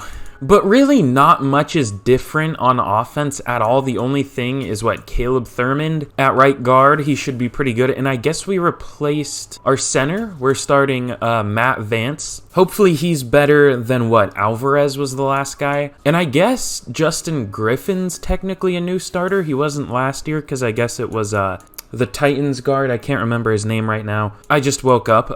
Give me a break. Oh yeah, and I guess we have a different second running back, John Callahan. He should be a monster. We'll see what he can do. He's obviously starting as our power back, so that's fun. And I finally did move Trevor Wolf to tight end. I just think he would get more playing time as our second tight end compared to our fourth receiver, so I was like, why not? I don't know why I didn't do that sooner. Not a very good blocker, clearly. Actually doesn't make a lot of sense at tight end with 94 speed, 88 deep route, only 73 short route, but hey, that's fine. And then defensively, this is our team here. Few changes here. We have Nelson Waters. I'm going to play him as the number 1 corner. I really want him to develop, and I think forcing him to be the number 1 would be the quickest way for him to develop. I'm guessing he has Superstar X Factor. I don't want to say it because now that I say that, he'll probably just have star or something, but yeah. Luke McKenzie also got a little breakout thing in the preseason, whatever you call him, where he got +3 to each pass rush move is what I picked, so now he has 94 finesse move, 76 power. He is a monster. I don't know how he's only an 82 overall. He looks way better than that. I guess just his play rec, block shed, some of that stuff, but he looks ridiculous. We're going to start Younger as our DT2. What else are we doing? Reggie Ridley's going to start at linebacker, and so is Spencer Jackson. Both of them are rookies. Both are very young. Both are very fast, so we'll see what we can do there. And other than that, everything else is pretty much the same. I found a random star dev free safety in free agency just chilling, so I was like, why not? And then here's a look at the specialists, just pretty much what you would expect. I'm playing Ridley as the sub linebacker. I want him to develop. But yeah, let's get to the mid-season point of year number 7. Not too bad. At the mid-season of year number 7, we are 5-2. I'll take it. Could have been worse. Trey Lance has been very good. 12 touchdowns, only 1 interception, 64% completion percentage,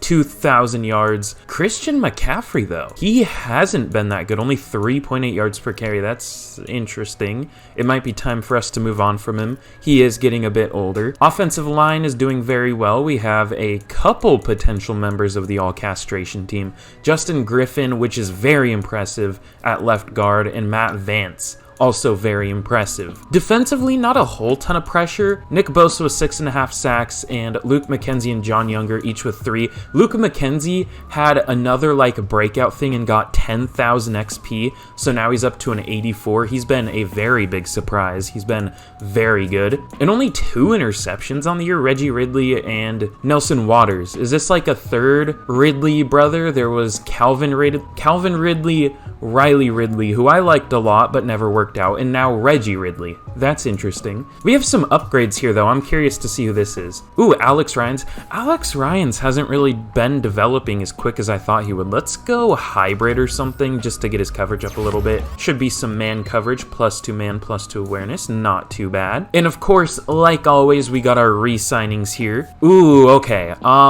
There's some big ones here. There are a lot of starters. 1, 2, 3, 4, 5 starters. I was wondering why we had so much cap space. Any other starters here? The rest just depth. The rest are just depth players. Okay. So Jamie Andrade, clearly we're going to bring back. I want him back for the rest of the rebuild. We'll do 7 years. I mean, it's not going to matter. We're not going to go for 7 more years, but yeah, we definitely want him back. Dorian Levins, how has he been throughout the rebuild? I haven't had to say much about him, so that probably means he's been good. I remember there was the 1 year where he wasn't great. That was like his 2nd year. Yeah.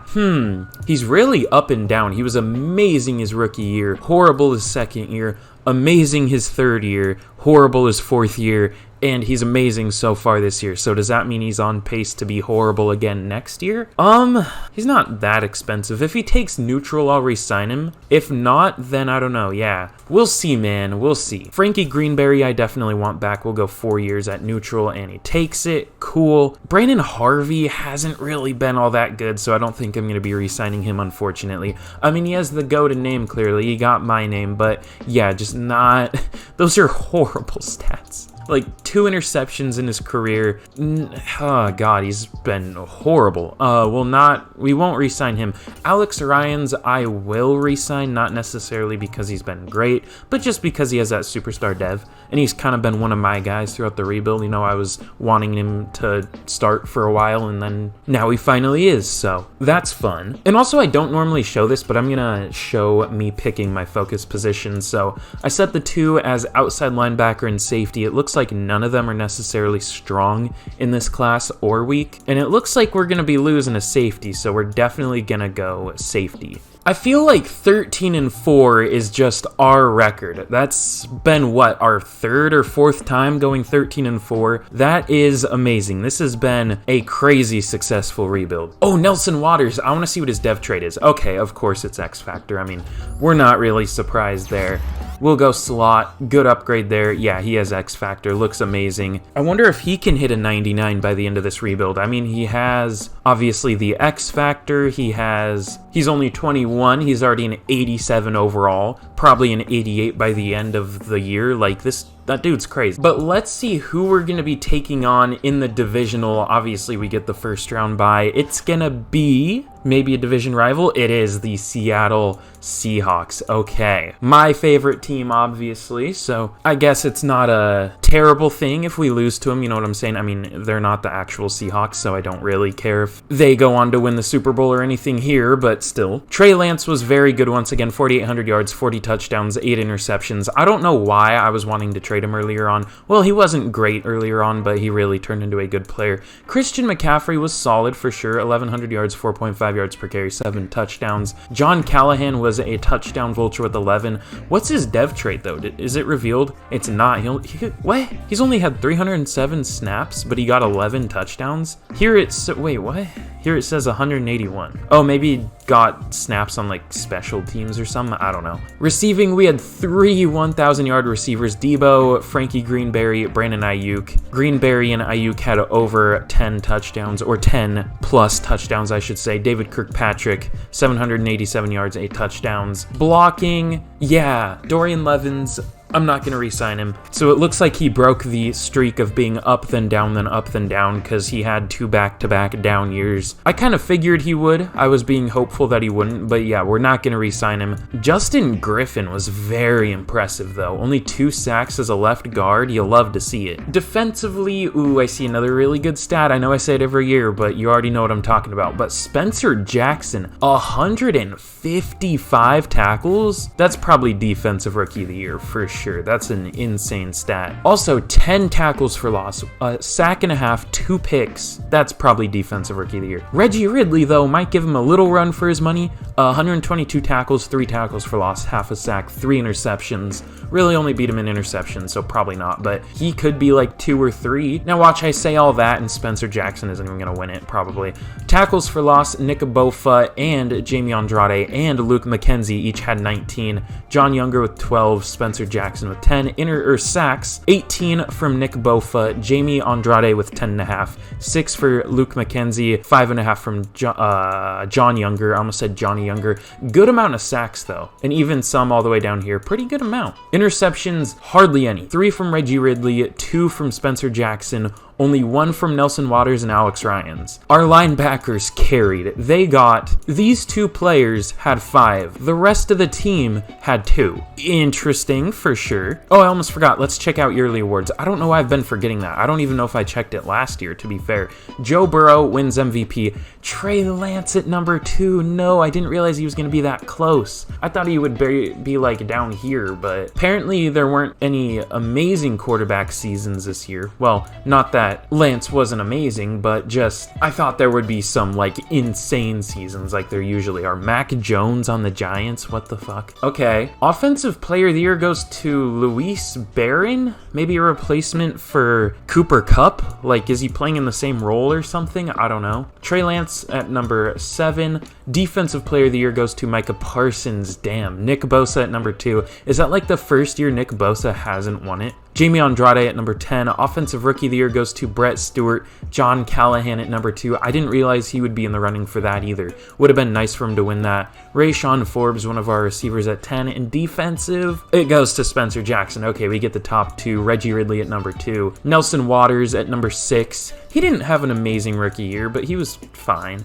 And Sidney Perriman at 10. That is the linebacker I moved to defensive end. That's who it is, the speed rusher guy. I draft so many players that I have a hard time keeping up with who's who, you know what I mean? But let's take a quick look at the team. I want to see how we're looking. I think we're back up to an 89 overall, or we're an 88, okay. But yeah, we have a lot of morale. We're looking really good. I'm ready to lose this playoff game more than likely. Trey Lance at an 89. Callahan must have a really good dev trait. He's up to an 81 already, and running backs are kind of hard to develop, so that's nice. And defensively here, God, the X factors are so beautiful. We literally have 5 on defense. Also, I've been doing this. I don't know if it's good to do this, but I've been moving Nick Bosa to linebacker and then upgrading him there because you can't upgrade him at defensive end anymore because he's already 99 with all of his stats. So I just go run stopper here. It gives him coverage, which doesn't really matter at all, but hey, it's fine. If we want to play him as an off ball, then we're good now. We can do that. Ooh, wait. I didn't even notice that. Reggie Ridley has superstar dev.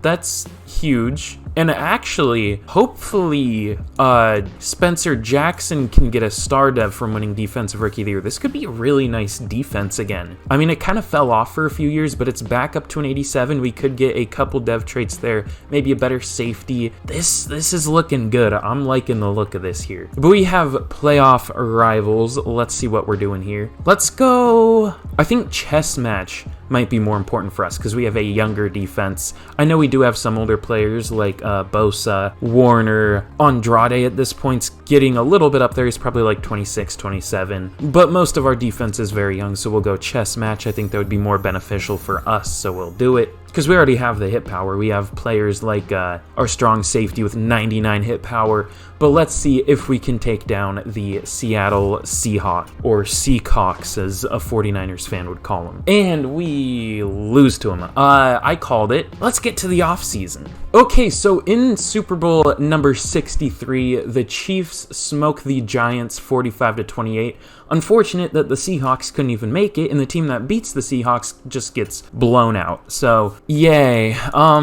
Ooh, Spencer Jackson has a couple upgrades. I hope he went up to Star Dev. If not, I'm going to be disappointed. +2 play rec, +2 zone. That's nice. Up to an 82 with his morale. And more nice upgrades. Oh, he went straight to Superstar. It's so weird that that can happen now. But I'll definitely take it. Wait, it only says plus Star Dev. How did he... Oh, no, it says plus Defensive Rookie of the Year, Superstar Dev. Okay, so he would have gotten Star Dev regardless. Maybe because he was like the tackle leader or something. And then Superstar because... Oh, wait, I think that's actually what it said. NFL tackles leader. No, that doesn't say plus Star. It just says Star Dev in a different row. I don't know, dude. But he was an absolute monster, and now he has Superstar Dev. That is huge. But let's check out some re-signings here. Who do we got? Obviously, Dorian Levins. I'm not going to bring him back. Brendan Harvey, not going to bring him back. I don't know if I'm really going to bring anybody back. I guess I'll re-sign Quentin Russell if he wants to take this, and he does. Okay, I'm surprised. He wasn't very interested, but he took that. You love to see it. I guess Jalen Stroud, he's only 23 years old. He's very interested. We bring him back. Should be a good depth linebacker. And I guess Amari Means, because he's interested. Let's get to free agency. You know, we have money. I feel like that's the craziest part about this. We have a lot of money still, and we're looking at some pretty good players here. We might as well try it, you know what I mean? Let's try a 2-year, probably $40 million deal. I kind of like that. AJ Terrell, for some reason I could see him on the 49ers. Ooh, honestly we might fill big need here with Keenan Lewis. Let's see how he's been. Actually, I want to see his stats before I sign him. Oh, he's been really good, especially last year, only letting up 7 sacks. I don't know what offense he was playing for. It might have been some weak, oh no, that was at right tackle. I thought he was a left tackle. 10 sacks at right tackle. Okay, this is going to be our attempted free agency class. AJ Terrell and Keenan Lewis. We'll see if we can get either of the two. I want AJ Terrell for sure. I don't really care if we get Keenan Lewis or not. I don't even know if he will play well. Both of them sign. Let's see if they both sign with us. Okay, AJ Terrell signs with us. Keenan Lewis signs with the Eagles. Okay, I'm fine with that. I wasn't sure about him. 10 sacks at right tackle's kind of iffy. I do want to tackle, but it might just be better to look to the draft anyways. So we have another 5th year option here. Let's see what this is. David Kirkpatrick. I'm going to pick that up because I don't think a tight end would be too expensive. We'll pick that one up. I just want to say, though, super quick, go down and drop a like and a sub and turn on notifications if you've enjoyed the video so far, because that helps me out a ton. And, you know, like I always say, if you've made it all the way here, you had to have enjoyed it at least a little bit, unless you were asleep, which I hope I'm not that boring, but maybe, you never know. But yeah, let's shoot for what I said, like 40 likes. I don't know. Be sure to do that. And notifications really help, so do that. All three of those things help, and comments help too. So let me know what you think of the video, and let me know what team I should rebuild next, because also I'm just genuinely curious to hear both of those things. Thank you very much if you do that. All right, so here in the 2029 NFL draft, the Packers have the #1 overall pick. We pick at number 17 and 27. That's definitely nice, but what do I want to go here? Ooh, this linebacker looks really nice. I don't know that we necessarily need a linebacker. Definitely not. What do we even need is the big question here. Definitely left tackle. We just lost our left tackle, but what else? Yeah, left tackle, it's playing Evan Neal right there. Okay. Ooh, Callahan has superstar dev. I knew it. I guess I never checked that, but I knew it. That's nice. I mean, if we need to trade Christian McCaffrey, we can. Oh, Ridley went up to X Factor. Oh shit. Okay, I was hoping he would, and he did. That's huge. So now we have literally 6 X Factors on the defense. Waters, Ambry Thomas, Nick Bosa, Jamie Andrade, Fred Warner, and Reggie Ridley. That's huge. But I would say we also definitely need safety. Maybe linebacker depth, but I'm not going to pick depth in the first round. Yeah, offensive line and safety, and that's really all we need. Maybe another good receiver, but I'm not very good at picking receivers, so I think the safest bet is going to be looking for either a safety or a lineman, and I actually saw a really good safety. Yeah, Lamont Bowden. That's a sick name, by the way. That sounds like a football player name. This guy doesn't look that good, but he's projected top 5. This guy doesn't look very good, though. I guess I just don't know how to scout safeties. He is only 21 years old, out of Wisconsin, 6'1", 201, I think it said, elite agility, decent speed and strength, nothing special. I mean, he's not that fast, especially for a zone safety, but other good drills like 3-cone, 20-yard shuttle, obviously, with the elite agility. But there's nothing here that really screams that he's that good. Not very good pursuit, not very good man coverage, which are 2 pretty important safety stats, at least pursuit. Play rec, awareness aren't amazing. He has no A's. I mean, he's gonna have normal, but he's a top 5 talent, so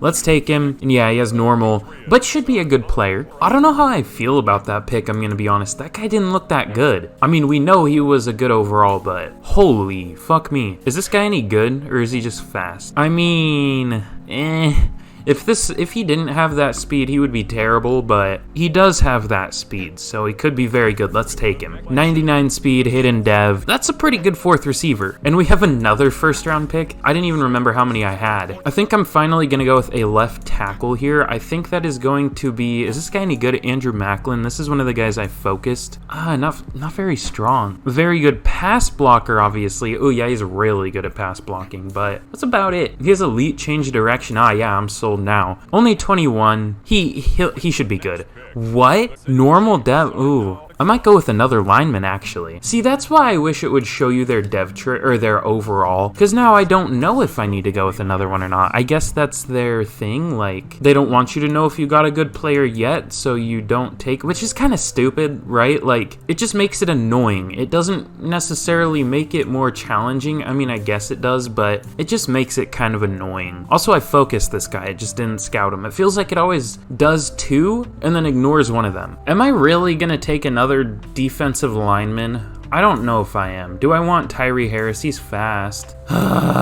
I don't want another defensive lineman. I have too many. I've probably taken 20 throughout this rebuild. You know what? Let's go with this linebacker, Jared Baldwin. Is this the move? Yeah, I don't care. Let's take him. Hidden dev. Could be a really good player. I might have just made a good, desperate decision. I'm going to go with another linebacker, too. I'm going to go Christopher Cumberland. He looks very interesting. He's listed as a power rusher. He's 6'6", 257. Definitely a power rusher build. B pursuit and tackle. Ran a 4.75. Not great. 25 reps on the bench is pretty good, though. He has elite acceleration. Okay. Yeah, I guess that 3-cone is pretty good. And he might have good power moves and pursuit and all that, so let's go with him. Normal dev, but we'll see what his overall is. I have so many linebacker. I swear I just go for the same positions every time. Like, my entire draft board is D linemen and linebackers, and that's it. You know, I thought this guy was super interesting. Let's take him with the last pick. He's 5'11", 197, listed as a physical, which is weird,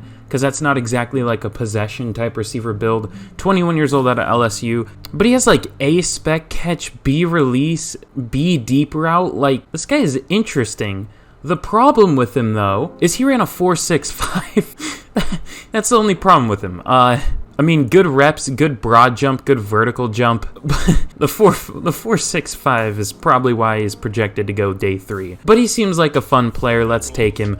Oh, okay. Hidden dev.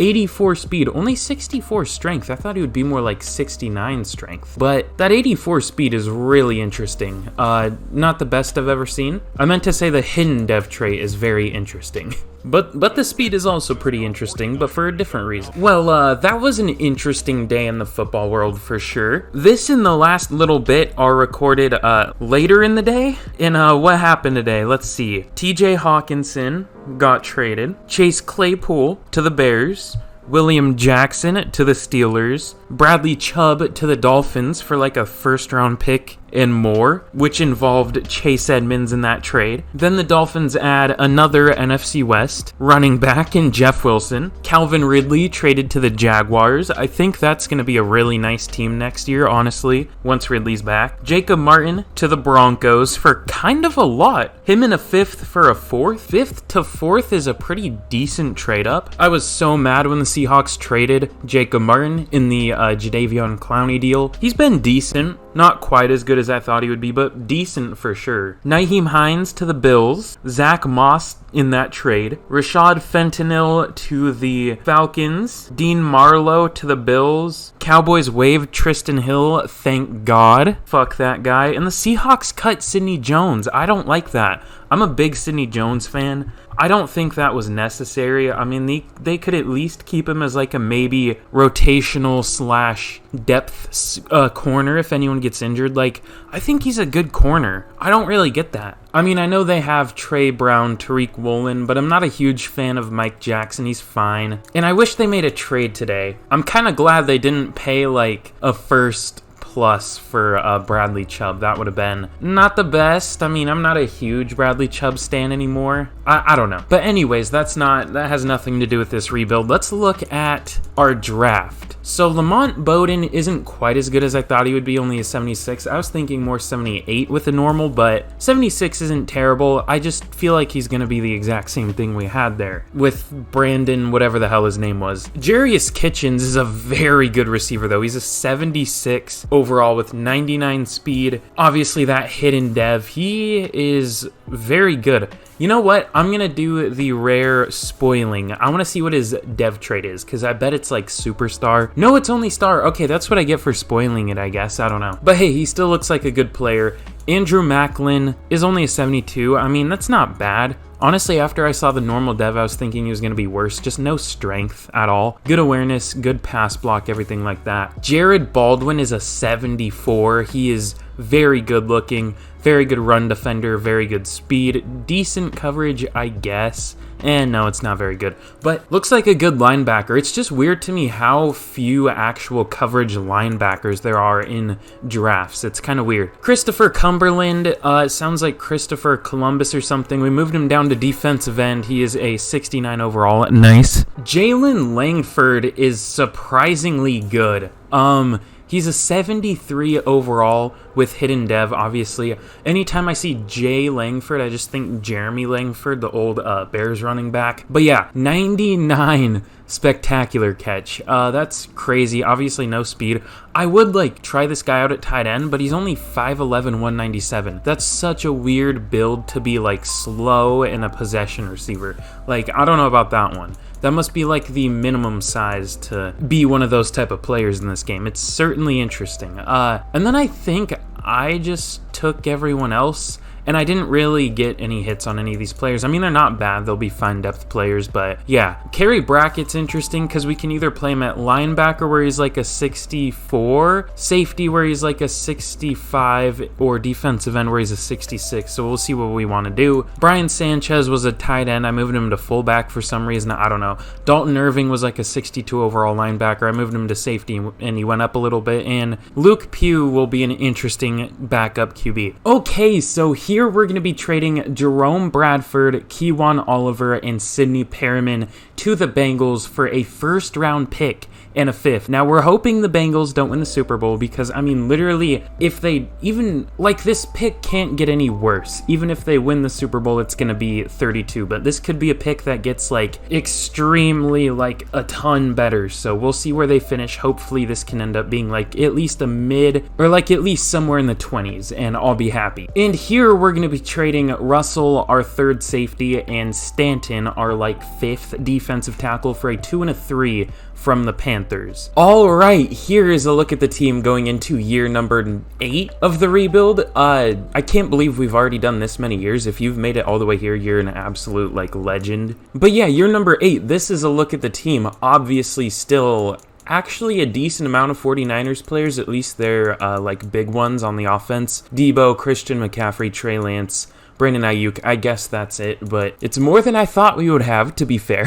And I mean, everything is about the same, except we added 2 very good receivers. Obviously, Jarius Kitchens at a 77 overall as a rookie with hidden dev, 99 speed, all that good stuff. And then Jalen Langford at a 73 overall as a rookie, that deadly 84 speed. And obviously, the offensive line's a little different. No more... God, I don't even remember his name. It doesn't matter anyways. We're adding Andrew Macklin. I'm going to play Evan Neal at left tackle just because I trust him more. But we'll see how Macklin does at right tackle. And then defensively, I think everything is mostly the same except our secondary. We added AJ Terrell, obviously, in the offseason. And I'm actually going to be starting Demetrius Bingham at free safety. He went up a couple overall there. He is an upgrade. And I don't really trust that rookie we have. He's only like a 76. I'm going to play him at, I believe, sub-linebacker, Lamont Bowden. Yeah, we'll play him at sub-linebacker because I want him to develop. I just don't want him playing full-time free safety. But yeah, these are the specialists. Nothing you wouldn't really have been able to predict there. So I'm very excited for this season. This has to be like the best cornerback room I've ever had. AJ Terrell, Ambry Thomas at an 88 with X Factor, and Nelson Waters at an X Factor, 87 overall, only 22 years old. This is ridiculous. But let's see how we can do this year. I'll see you guys at the mid-season point. Hopefully we doing well. Okay, at the mid-season of year number 8, we are 5-2. I was a little worried about this year because this is technically our worst team we've ever had here. I mean, maybe besides like year 1 or 2. We're an 86. We've been like an 87 to 89 for the past few years. But I mean, we're still clearly really good. I mean, look at the Rams. They're 79. Like, we're still clearly better. We should probably be undefeated if we're being real. Like, we're probably better than like almost every other team. Actually, let me check that. Okay, we're the same overall as the Ravens and the Lions. Whoa, the Lions are really out here. The Chiefs are better than us. Okay, the Chiefs have a better team. The Bucks are the same overall as us. Okay, I guess that's fair that we have a couple losses. Okay, I thought we were going to be like far and away better than every other team. Nah, we're about on par. But what we have that they probably don't have is almost every starter on our team is like year 3 or lower.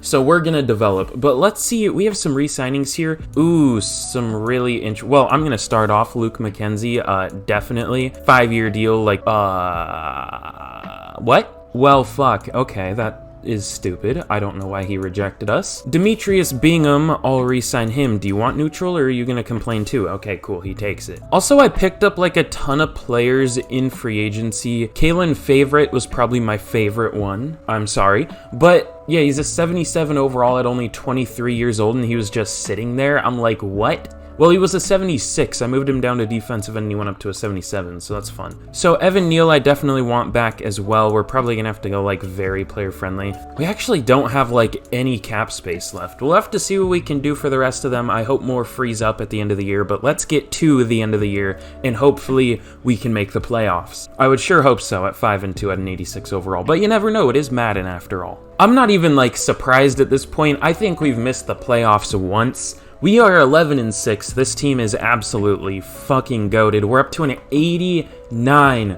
overall with a 92 defense. We have some upgrades here. It's Jalen Langford. I wonder how he's doing. Let's go playmaker for sure. Little bit of a scheme fit there. +3 juke move, +2 short route. I just find it really satisfying to upgrade the scheme fit because it'll give you like +4 of like a certain stat if they're not good enough there. You know what I mean? Like, I don't know, it's just satisfying to me for some reason. So Trey Lance was very good this year, I guess. This wasn't his best year, but 4,900 yards, 38 touchdowns, 11 picks is kind of a lot. He definitely wasn't bad though. Christian McCaffrey, of course, in the year that we would have to re-sign him, does very well. 1,250 yards, 4.8 yards per carry, 8 touchdowns. John Callahan with 12 touchdowns. Okay. Debo has 1,600 yards, 20 touchdowns. This is certainly a year, and that's about what I can say about it. 1,000 yards for Brandon Ayuk, only 3 touchdowns. Well, I see who got all of them.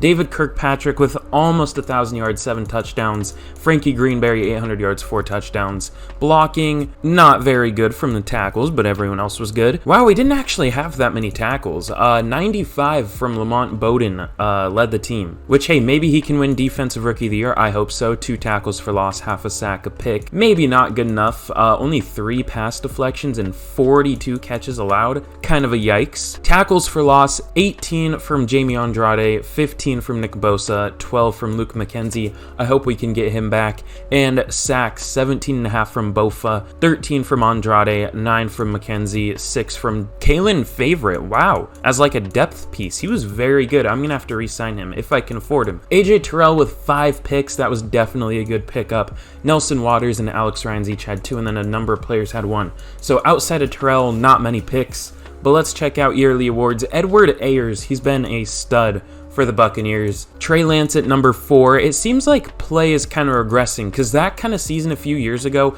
would not have even landed him on the list, but now he's number 4. You know what I mean? Like he was doing better than that and wasn't even getting up here. So I don't know. It's interesting. Yeah, there's Luis Barron again. I think that was the same guy who was up here, the Cooper Kupp replacement for that role. Debo Samuel at number 3. I'm surprised he didn't really win it. I mean, he had, 1,600 yards, 20 touchdowns? That's weird. Micah Parsons wins Defensive Player of the Year. I don't think I've seen... Maybe I have, but I don't know. I'm just not remembering right now. Nick Bofa at number 3. Jamie Andrade at 4. Offensive Rookie of the Year goes to Howie Pratt. That's the whitest name I've ever heard. At number 1. Defensive Rookie of the Year goes to Virgil Barton of the Rams. Lamont Bowden at 4, so not good enough to win it. Jared Baldwin at 6, our linebacker, and that's it. So unfortunately no awards, but still a very good year. I mean, I wouldn't say very good, but definitely good. Let's get eliminated first round of the playoffs, shall we? No, we scrape out a win, 27-20 against a much worse team. They were literally like 5 overall lower than us. We have some upgrades here though. Ooh, Demetrius Bingham, that's a pretty big one. Up to an 84, 85 with morale. He's actually kind of taken the role of free safety pretty well. And then Alex Rhines too, so both of our starting safeties get upgrades there. But we're going to be taking on the New York Giants. I saw they were 7-2 at one point during the season. I simmed a couple weeks just so I could try to re-sign some more players. I can't remember who I did get. I tried to get Luke McKenzie back, but I couldn't. And yeah, they were the team we were taking on, but we have 4 overall on them. Our defense is 8 points better. We have the same offense, so let's see if we can take them down, and let's see if we're in the conference championship. Probably not. And yeah, no, we lose 35-28 at home to a worse team.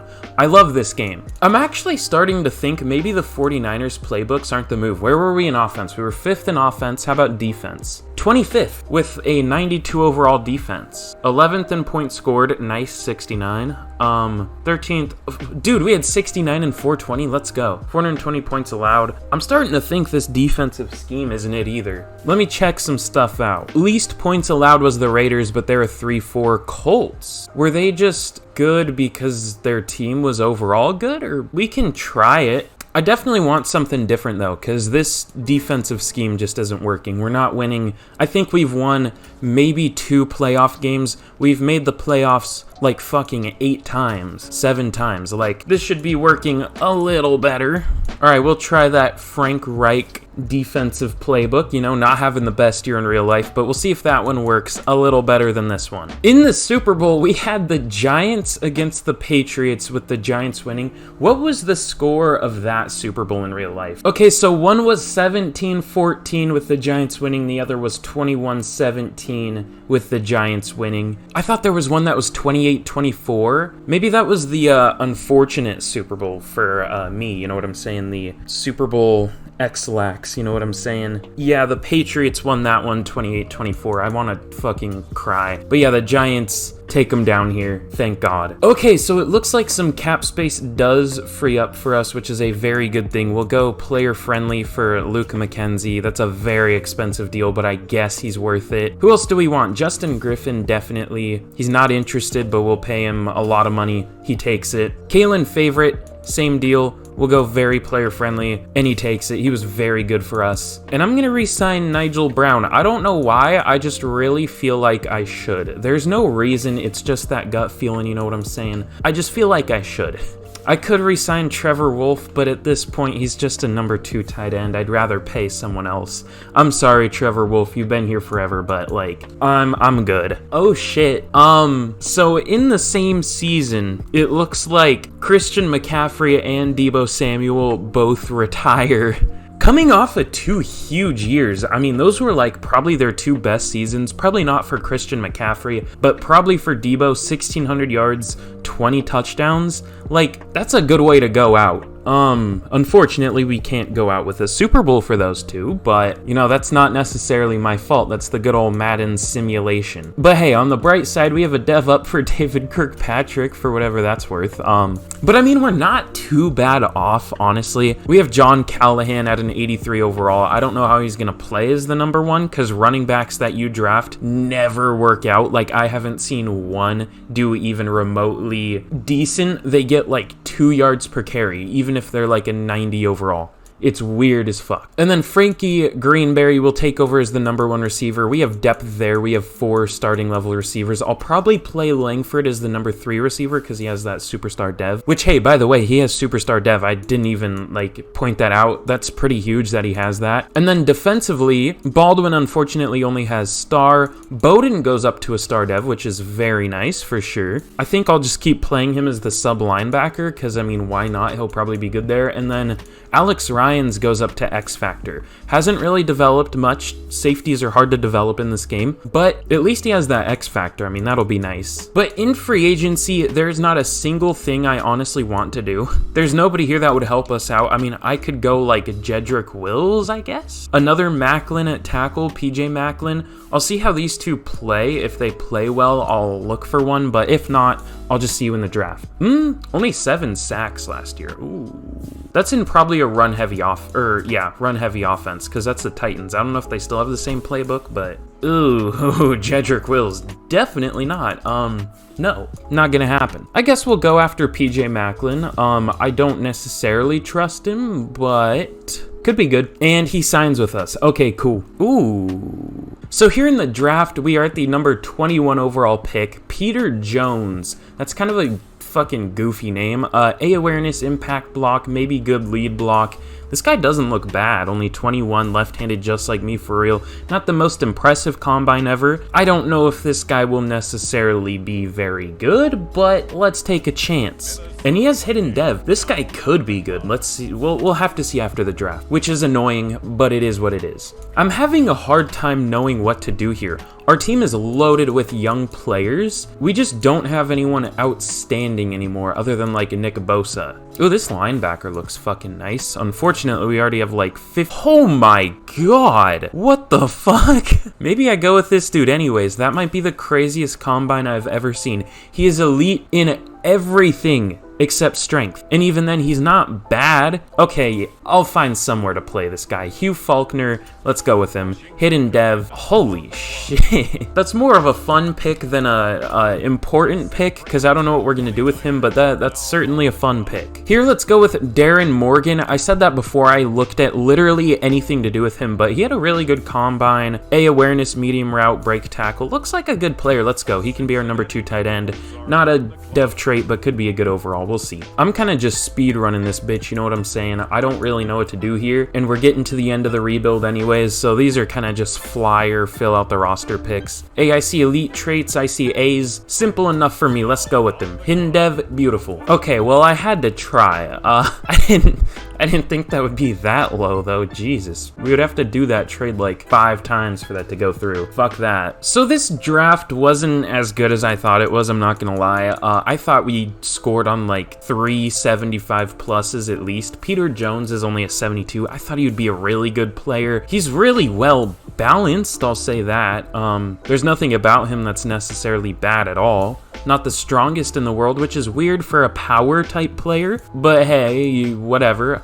Hugh Faulkner is very disappointing. I thought he'd be like a 78 or something. I wonder, I do way too many positional changes, but what would you be at safety? I'm just curious. I could see him being like a 74, 75, damn, okay. That's what I was gonna say, I just didn't want to be overly optimistic, but we have enough linebackers. I feel like that's a good move. Let's move him to safety. We have enough safeties too, but I don't know what else to do with him.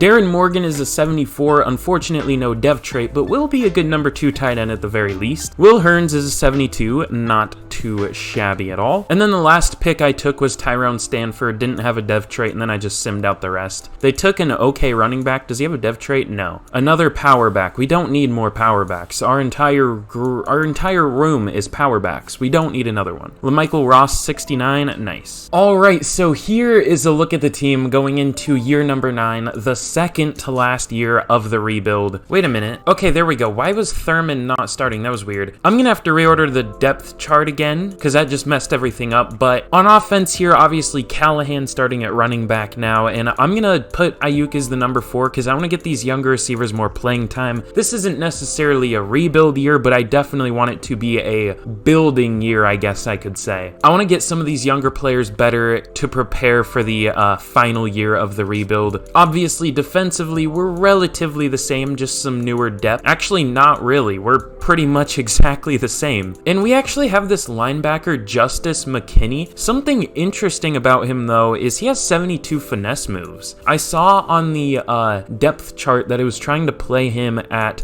rush defensive end. What is he at defensive end? A 74. We're not going to play him there yet because we really don't need more, but I'll definitely put him in on the rush defensive end group. I have to reorder the specialist depth chart again, but it's basically just going to be Bowden as the number 1 sub linebacker, and then like Greenberry as the number 1 slot, and then Waters as the number 1 slot corner. So that's basically what it's going to be, but let's see how we can do this year. I'll see you guys at the midseason point. Hopefully we're doing well. Okay, at the midseason of year number 9, we're only 4-3. This is actually one of the best teams we've had in a long time, and I didn't even realize that. We're at an 89, but for some reason we're just not doing well. I wonder if it's the defensive scheme change. No, it's our offense. Our offense isn't doing very well. 18th in offense, 10th in defense. We have a good defense. I mean, it's kind of weird with all the bye weeks happening right now, but it's about there. John Callahan is having a very good year, 4.1 yards per carry. I was kind of worried about him. PJ Macklin is dog shit, unfortunately. Lots of pressure, so it looks like the defensive scheme change, so far at least, has been pretty good. We have some upgrades here. Let's see who this is. Fred Warner, okay. I'm kind of thinking about doing something.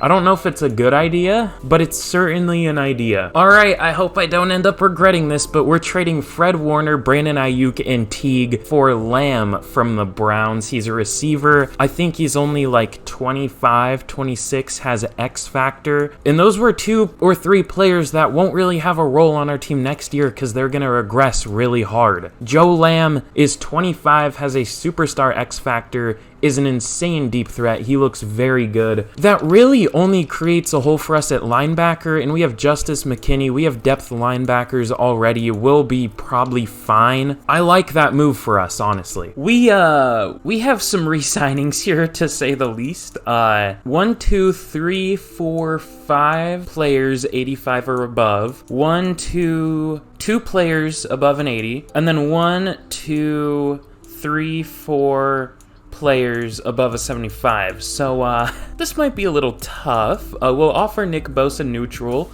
He stays. That's to be expected. I wasn't really worried about that. AJ Terrell, definitely want to bring him back for the... Well, do I? I could get him for cheaper in free agency. I'm not going to re-sign him. Trey Lance, he's really cheap. He only wants 32 mil a year? Where does he rank for QBs? He must not be all that high. Number 10, so he's a top 10 QB. It's crazy that number 10 is an 88. I've been thinking about lowering the dev trait sliders, or XP sliders, because that's pretty extreme, we'll say that. I'm considering shorter deals at the moment, I'm not considering shorter deals. I upped your whatever, that's fine. Ambry Thomas, I will resign because he has been here for so long, and he's not quite as old as AJ Terrell, so we'll get that done easy. David Kirkpatrick, we're running low on money, but we will re-sign him 4 years, about 10 per year, and he takes it. God, this is so many contracts. Matt Vance will wait because we need to get Trey Lance. We would be in a tough situation going into year number 10 without a confirmed good QB. But also, I'm going to be trying Hugh Faulkner back at middle linebacker. Well, he was outside linebacker, but we're going to try him at middle linebacker because obviously we traded Fred Warner and then Brandon Ayuk. Brandon Ayuk, that's fine. We already have his replacements there, but Faulkner should be a pretty good middle linebacker. We'll see. We could also try Baldwin now that I think about it, but it would also be nice to get Hugh Faulkner the defensive rookie of the year, so I might also put him at sub linebacker just to try and farm that, but I'll do that on my own. Let's get to the end of year number 9 and hopefully we can finish out strong. Okay, so we do squeak into the playoffs just barely at 10-7. This was a really strong division too. I mean, 3 winning teams. The worst one was 6-11, which isn't even that bad. Like, this is a strong division. It kind of has been. We've been really the only true, like, top team, but there have been teams like the Rams and Cardinals have been competitive in certain years. It's weird to me that the Rams still haven't really, like, built a very good team. Like, they're still at an 80 overall. I know they kind of screwed themselves for the future in real life, but they're looking really rough here. They're not doing anything. Trey Lance wasn't all that good this year. 4,600 yards, 35 touchdowns, 13 picks. That's not great. Obviously, I'm going to re-sign him, I think, but I don't know. It wasn't great. John Callahan also wasn't amazing. Not even 1,000 yards. 3.8 yards per carry is rough, and 12 touchdowns. DeAndre Hamilton is such a touchdown vulture at 11 touchdowns. That's crazy. Receiving, Joe Lamb. I don't know how many of those yards were with us, but I would assume a lot of them. 1,300 yards, 13 touchdowns. Very good year.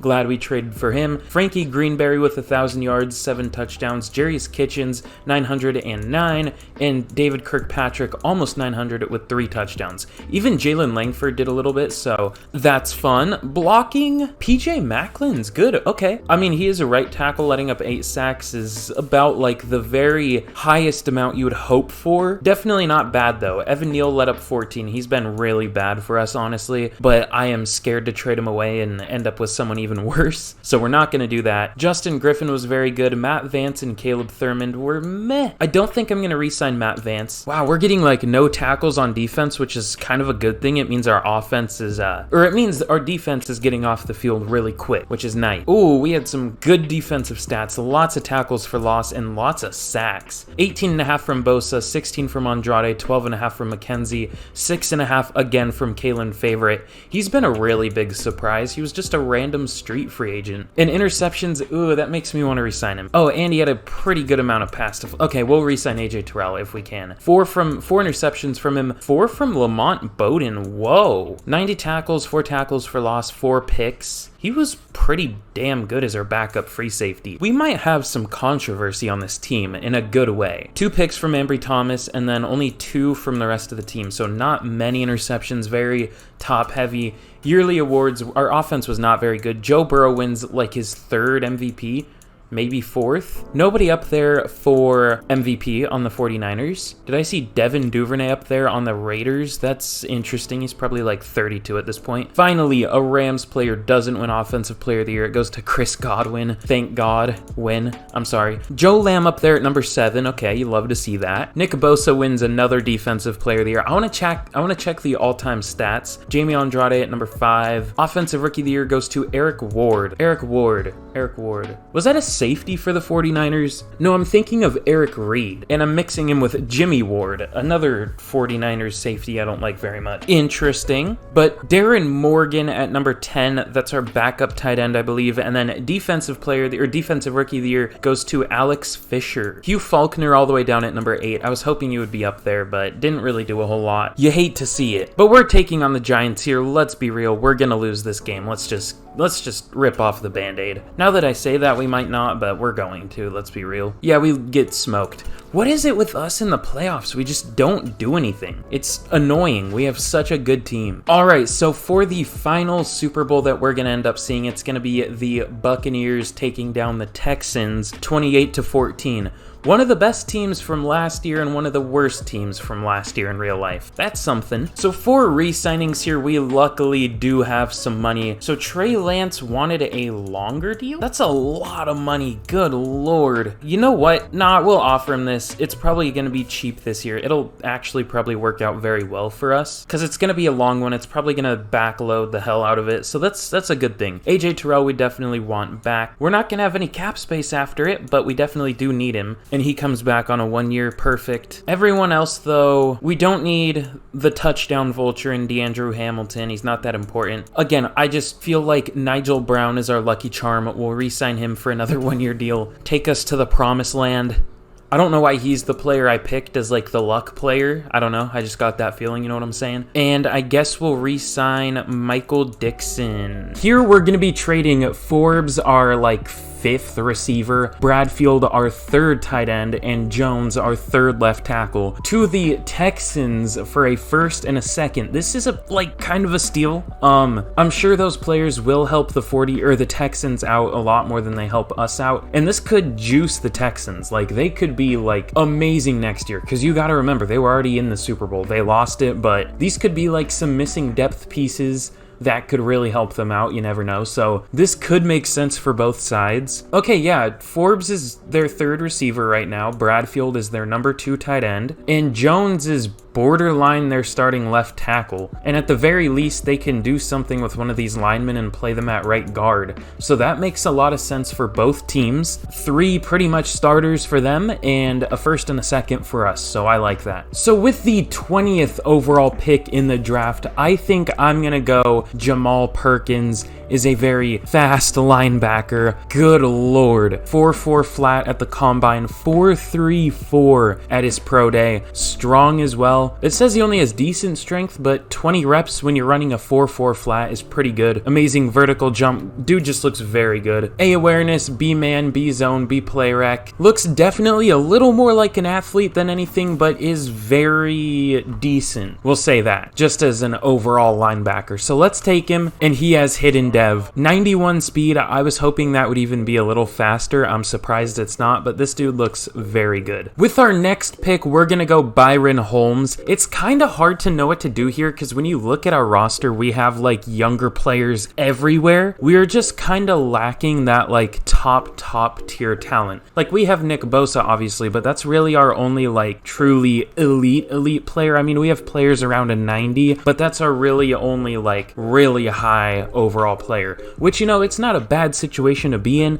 but to beat the Madden sim, you have to have like literally multiple like 95 plus players. So it's, I don't know, man, it's kind of tough, but Byron Holmes should be a very good player. Elite strength, 37 reps on the bench, elite change direction, elite agility, very good looking stats as well. Let's take him. And he has hidden dev, of course. Looks very good. So here's a look at the draft, and I don't know if it's just me, but these have felt like some of my best drafts I've had in a while. We didn't get any like super amazing players here, but we got like what we needed, and that's what we got, and some, honestly. We needed a linebacker, so we got probably the best one available in Jamal Perkins, only 21 years old, insanely fast. With that hidden dev, he'll start and he should be pretty good. Byron Holmes, I don't even know if we needed a guard, but I didn't know what else to go with. Very strong, but agile, surprisingly. Really good looking player. Sean Rogers, just another one of our like millions of good depth pieces. DeAndre Arnaud is a pretty good looking running back too. I just took a chance on him. He's a 76. Not that we necessarily need a power back, but I have a plan, so we'll see about that. Owen Downing, another very good center, 73 overall. Awful haircut. What is that? But looks like a good player for sure. Just needs to shave whatever that is off his forehead. He looks like Boss Baby or something. I don't know. Ronnie Pruitt. I never know how to say that last name. It sounds like I'm fucking like Stewie from Family Guy when I try to say it. I don't know. But yeah, he's a decent defensive tackle. I took a chance on like a 4-2-4 receiver, and for some reason he isn't good. I don't really know why he's not good though.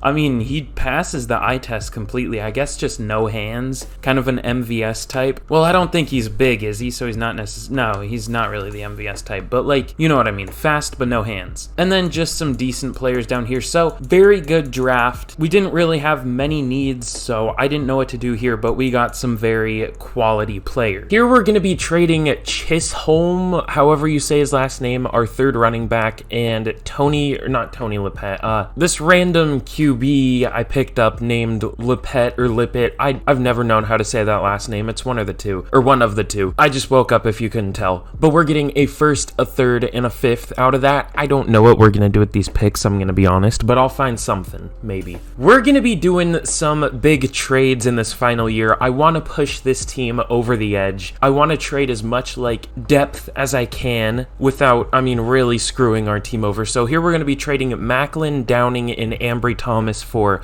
Beckett from the Lions and a second round pick. He should be an immediate big upgrade at linebacker. I don't necessarily want to throw like a 73 overall rookie out there. I think he could do well, but I want to like for sure good player. Ambry Thomas hasn't been that good. That's why I'm trading him. He has a good overall, sure, but his play in the last few years has not been great. But I think I'm going to trade for another corner. Maybe. I was not lying when I said we were going to do a lot of trades. We're trading at Tucker, Alonzo, and a first round pick. The one that we got from the Lions? Is the Lions pick? I don't know. But we're adding Wynn from the Packers, who is an 85 overall, like 25-year-old corner, a third and a fifth. Also, not to mention, he's 24 actually, and he has superstar dev. 97 speed, good lord. Here we're trading 2 seconds and a third for Cummings from the Giants. I traded for him because A, we need a center, B, he was one of the best available, and C, he has a funny last name. Oh boy, okay. Here is a look at the team going into the 10th and final year of the rebuild. Never did I think I would do a rebuild this long, let alone this early in my channel. But again, if you've made it all the way here, you're an absolute legend. Be sure to like and subscribe if you have enjoyed, and turn on notifications for my channel, because those all take you like 2 seconds and they help me out a ton. I don't know why I'm out of breath from trading, but here we are. Now, taking a look at this team, this is the best team I've ever had. 91 overall. This is ridiculous. Actually, we're not even a scheme fit anymore. Is there a better scheme fit? No. Okay, noted. But yeah, this team is ridiculous. Obviously, we did a lot of trading this year. I also added, I didn't get a chance to record it because I'm stupid and I clicked off the screen too fast. I traded for Daniel Barber from the Ravens, I think. I just traded some more depth players for him. He looks really good. More of like a physical type of guy, listed as playmaker. Almost just looks like a possession receiver, but he looks very good. He's going to be our slot receiver, our big slot type of guy. The offensive line is stacked now. It'll probably play like shit, but it's a good overall. Trey Lance has really turned into a great quarterback through the years here at 31 years old, number 9 ranked QB in the league.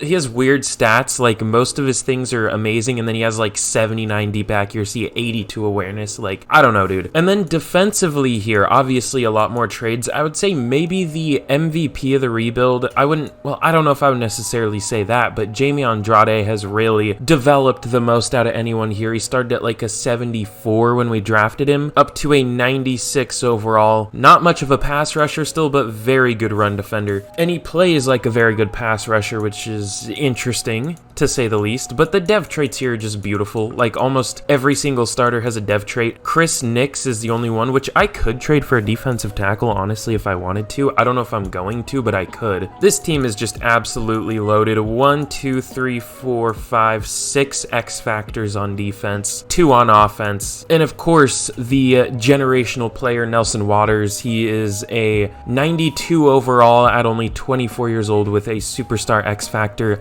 97 speed, 95 man. This guy's ridiculous. 81 hit power as a corner. This team is loaded, but I'm sure we're gonna go like 7 and 10, 8 and 9, miss the playoffs. So let's get to the end of the year and let's be great. Hopefully. Little bit of a spoiler with how we're doing this year. We're 7-0 at the midseason, but I'm not gonna lie. The first thing I saw when I simulated here was 2-5. I about like shit myself. I was about to cry. I genuinely probably would have force wind the rest of the season because we are literally 10 overall higher than every team I have seen or more. But no, we're 7-0. We're chilling so far. Oh my god, we almost missed the playoffs. How do you go from 7-0 to 11-6? We went what, 4-6 for the second half of the year?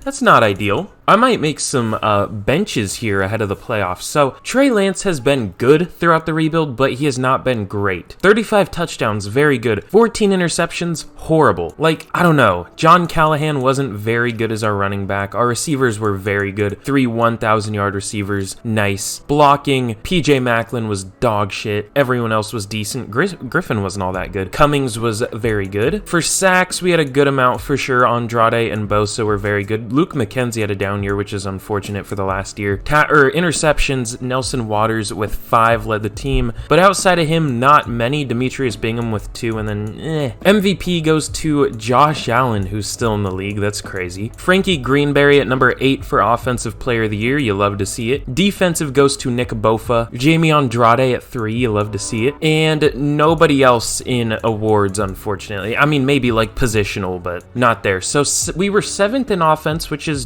good, and 7th in defense. That's weird. 6th in points scored, and 6th in points allowed. Okay, that's weird. So we were like the 6th or 7th best team, when in reality, was there any team even close to us in overall? I guess the Lions were the closest at an 87, but that's 5 overall lower than us. Anyone else? No, we should be smoking literally everybody. But I'll jump in against the Bears. We'll see what happens here. We have some upgrades. We'll just auto spend those. But let's take a quick look at the team before we jump in against the Bears. Obviously, you know, very good looking team. I want to see, does Holmes have a very good dev trait? It must not be great. I just want to see though. I saw him at a 79, but then I realized he had morale. Yeah, just star. Okay. And then defensively here, looking very nice. Yeah, we definitely should have had a better record than we had. All right, here we go. At home in the rain, already slamming the playbook for some reason. But here we go against the Chicago Bears. Let's see if we can beat them. We're up 7-0. They tied up 7-7. I'm gonna be honest, I don't have high hopes. They keep tying us up, which kind of sucks. It looks like they're gonna take a lead, 21-17. They're gonna take an even bigger lead. We tied up though, 24-24. We take a slight lead, 30-24. I don't know if that's gonna be enough, and they take us down. Yeah, no, not enjoyable at all. That's stupid. I think the biggest takeaway from this rebuild is that Madden simulation is dog shit and needs to be fixed. We are 10 overall better than the Bears. Enough said, and it's probably not like a coach issue. Our coach is probably a really high level, if that matters. I don't even know. But either way, sim is dog shit. We knew that. We built a very good team here, looking at a 92 overall. Again, if you made it all the way here and didn't just like skip here, you're an absolute legend. I mean, you're a legend either way if you're watching my video, but watch the whole thing. It was a fun one. But thank you all so much for watching, and as always, I will see you guys again in the next video. Like, sub, turn on notifications, and let me know what team to do next down below, and goodbye.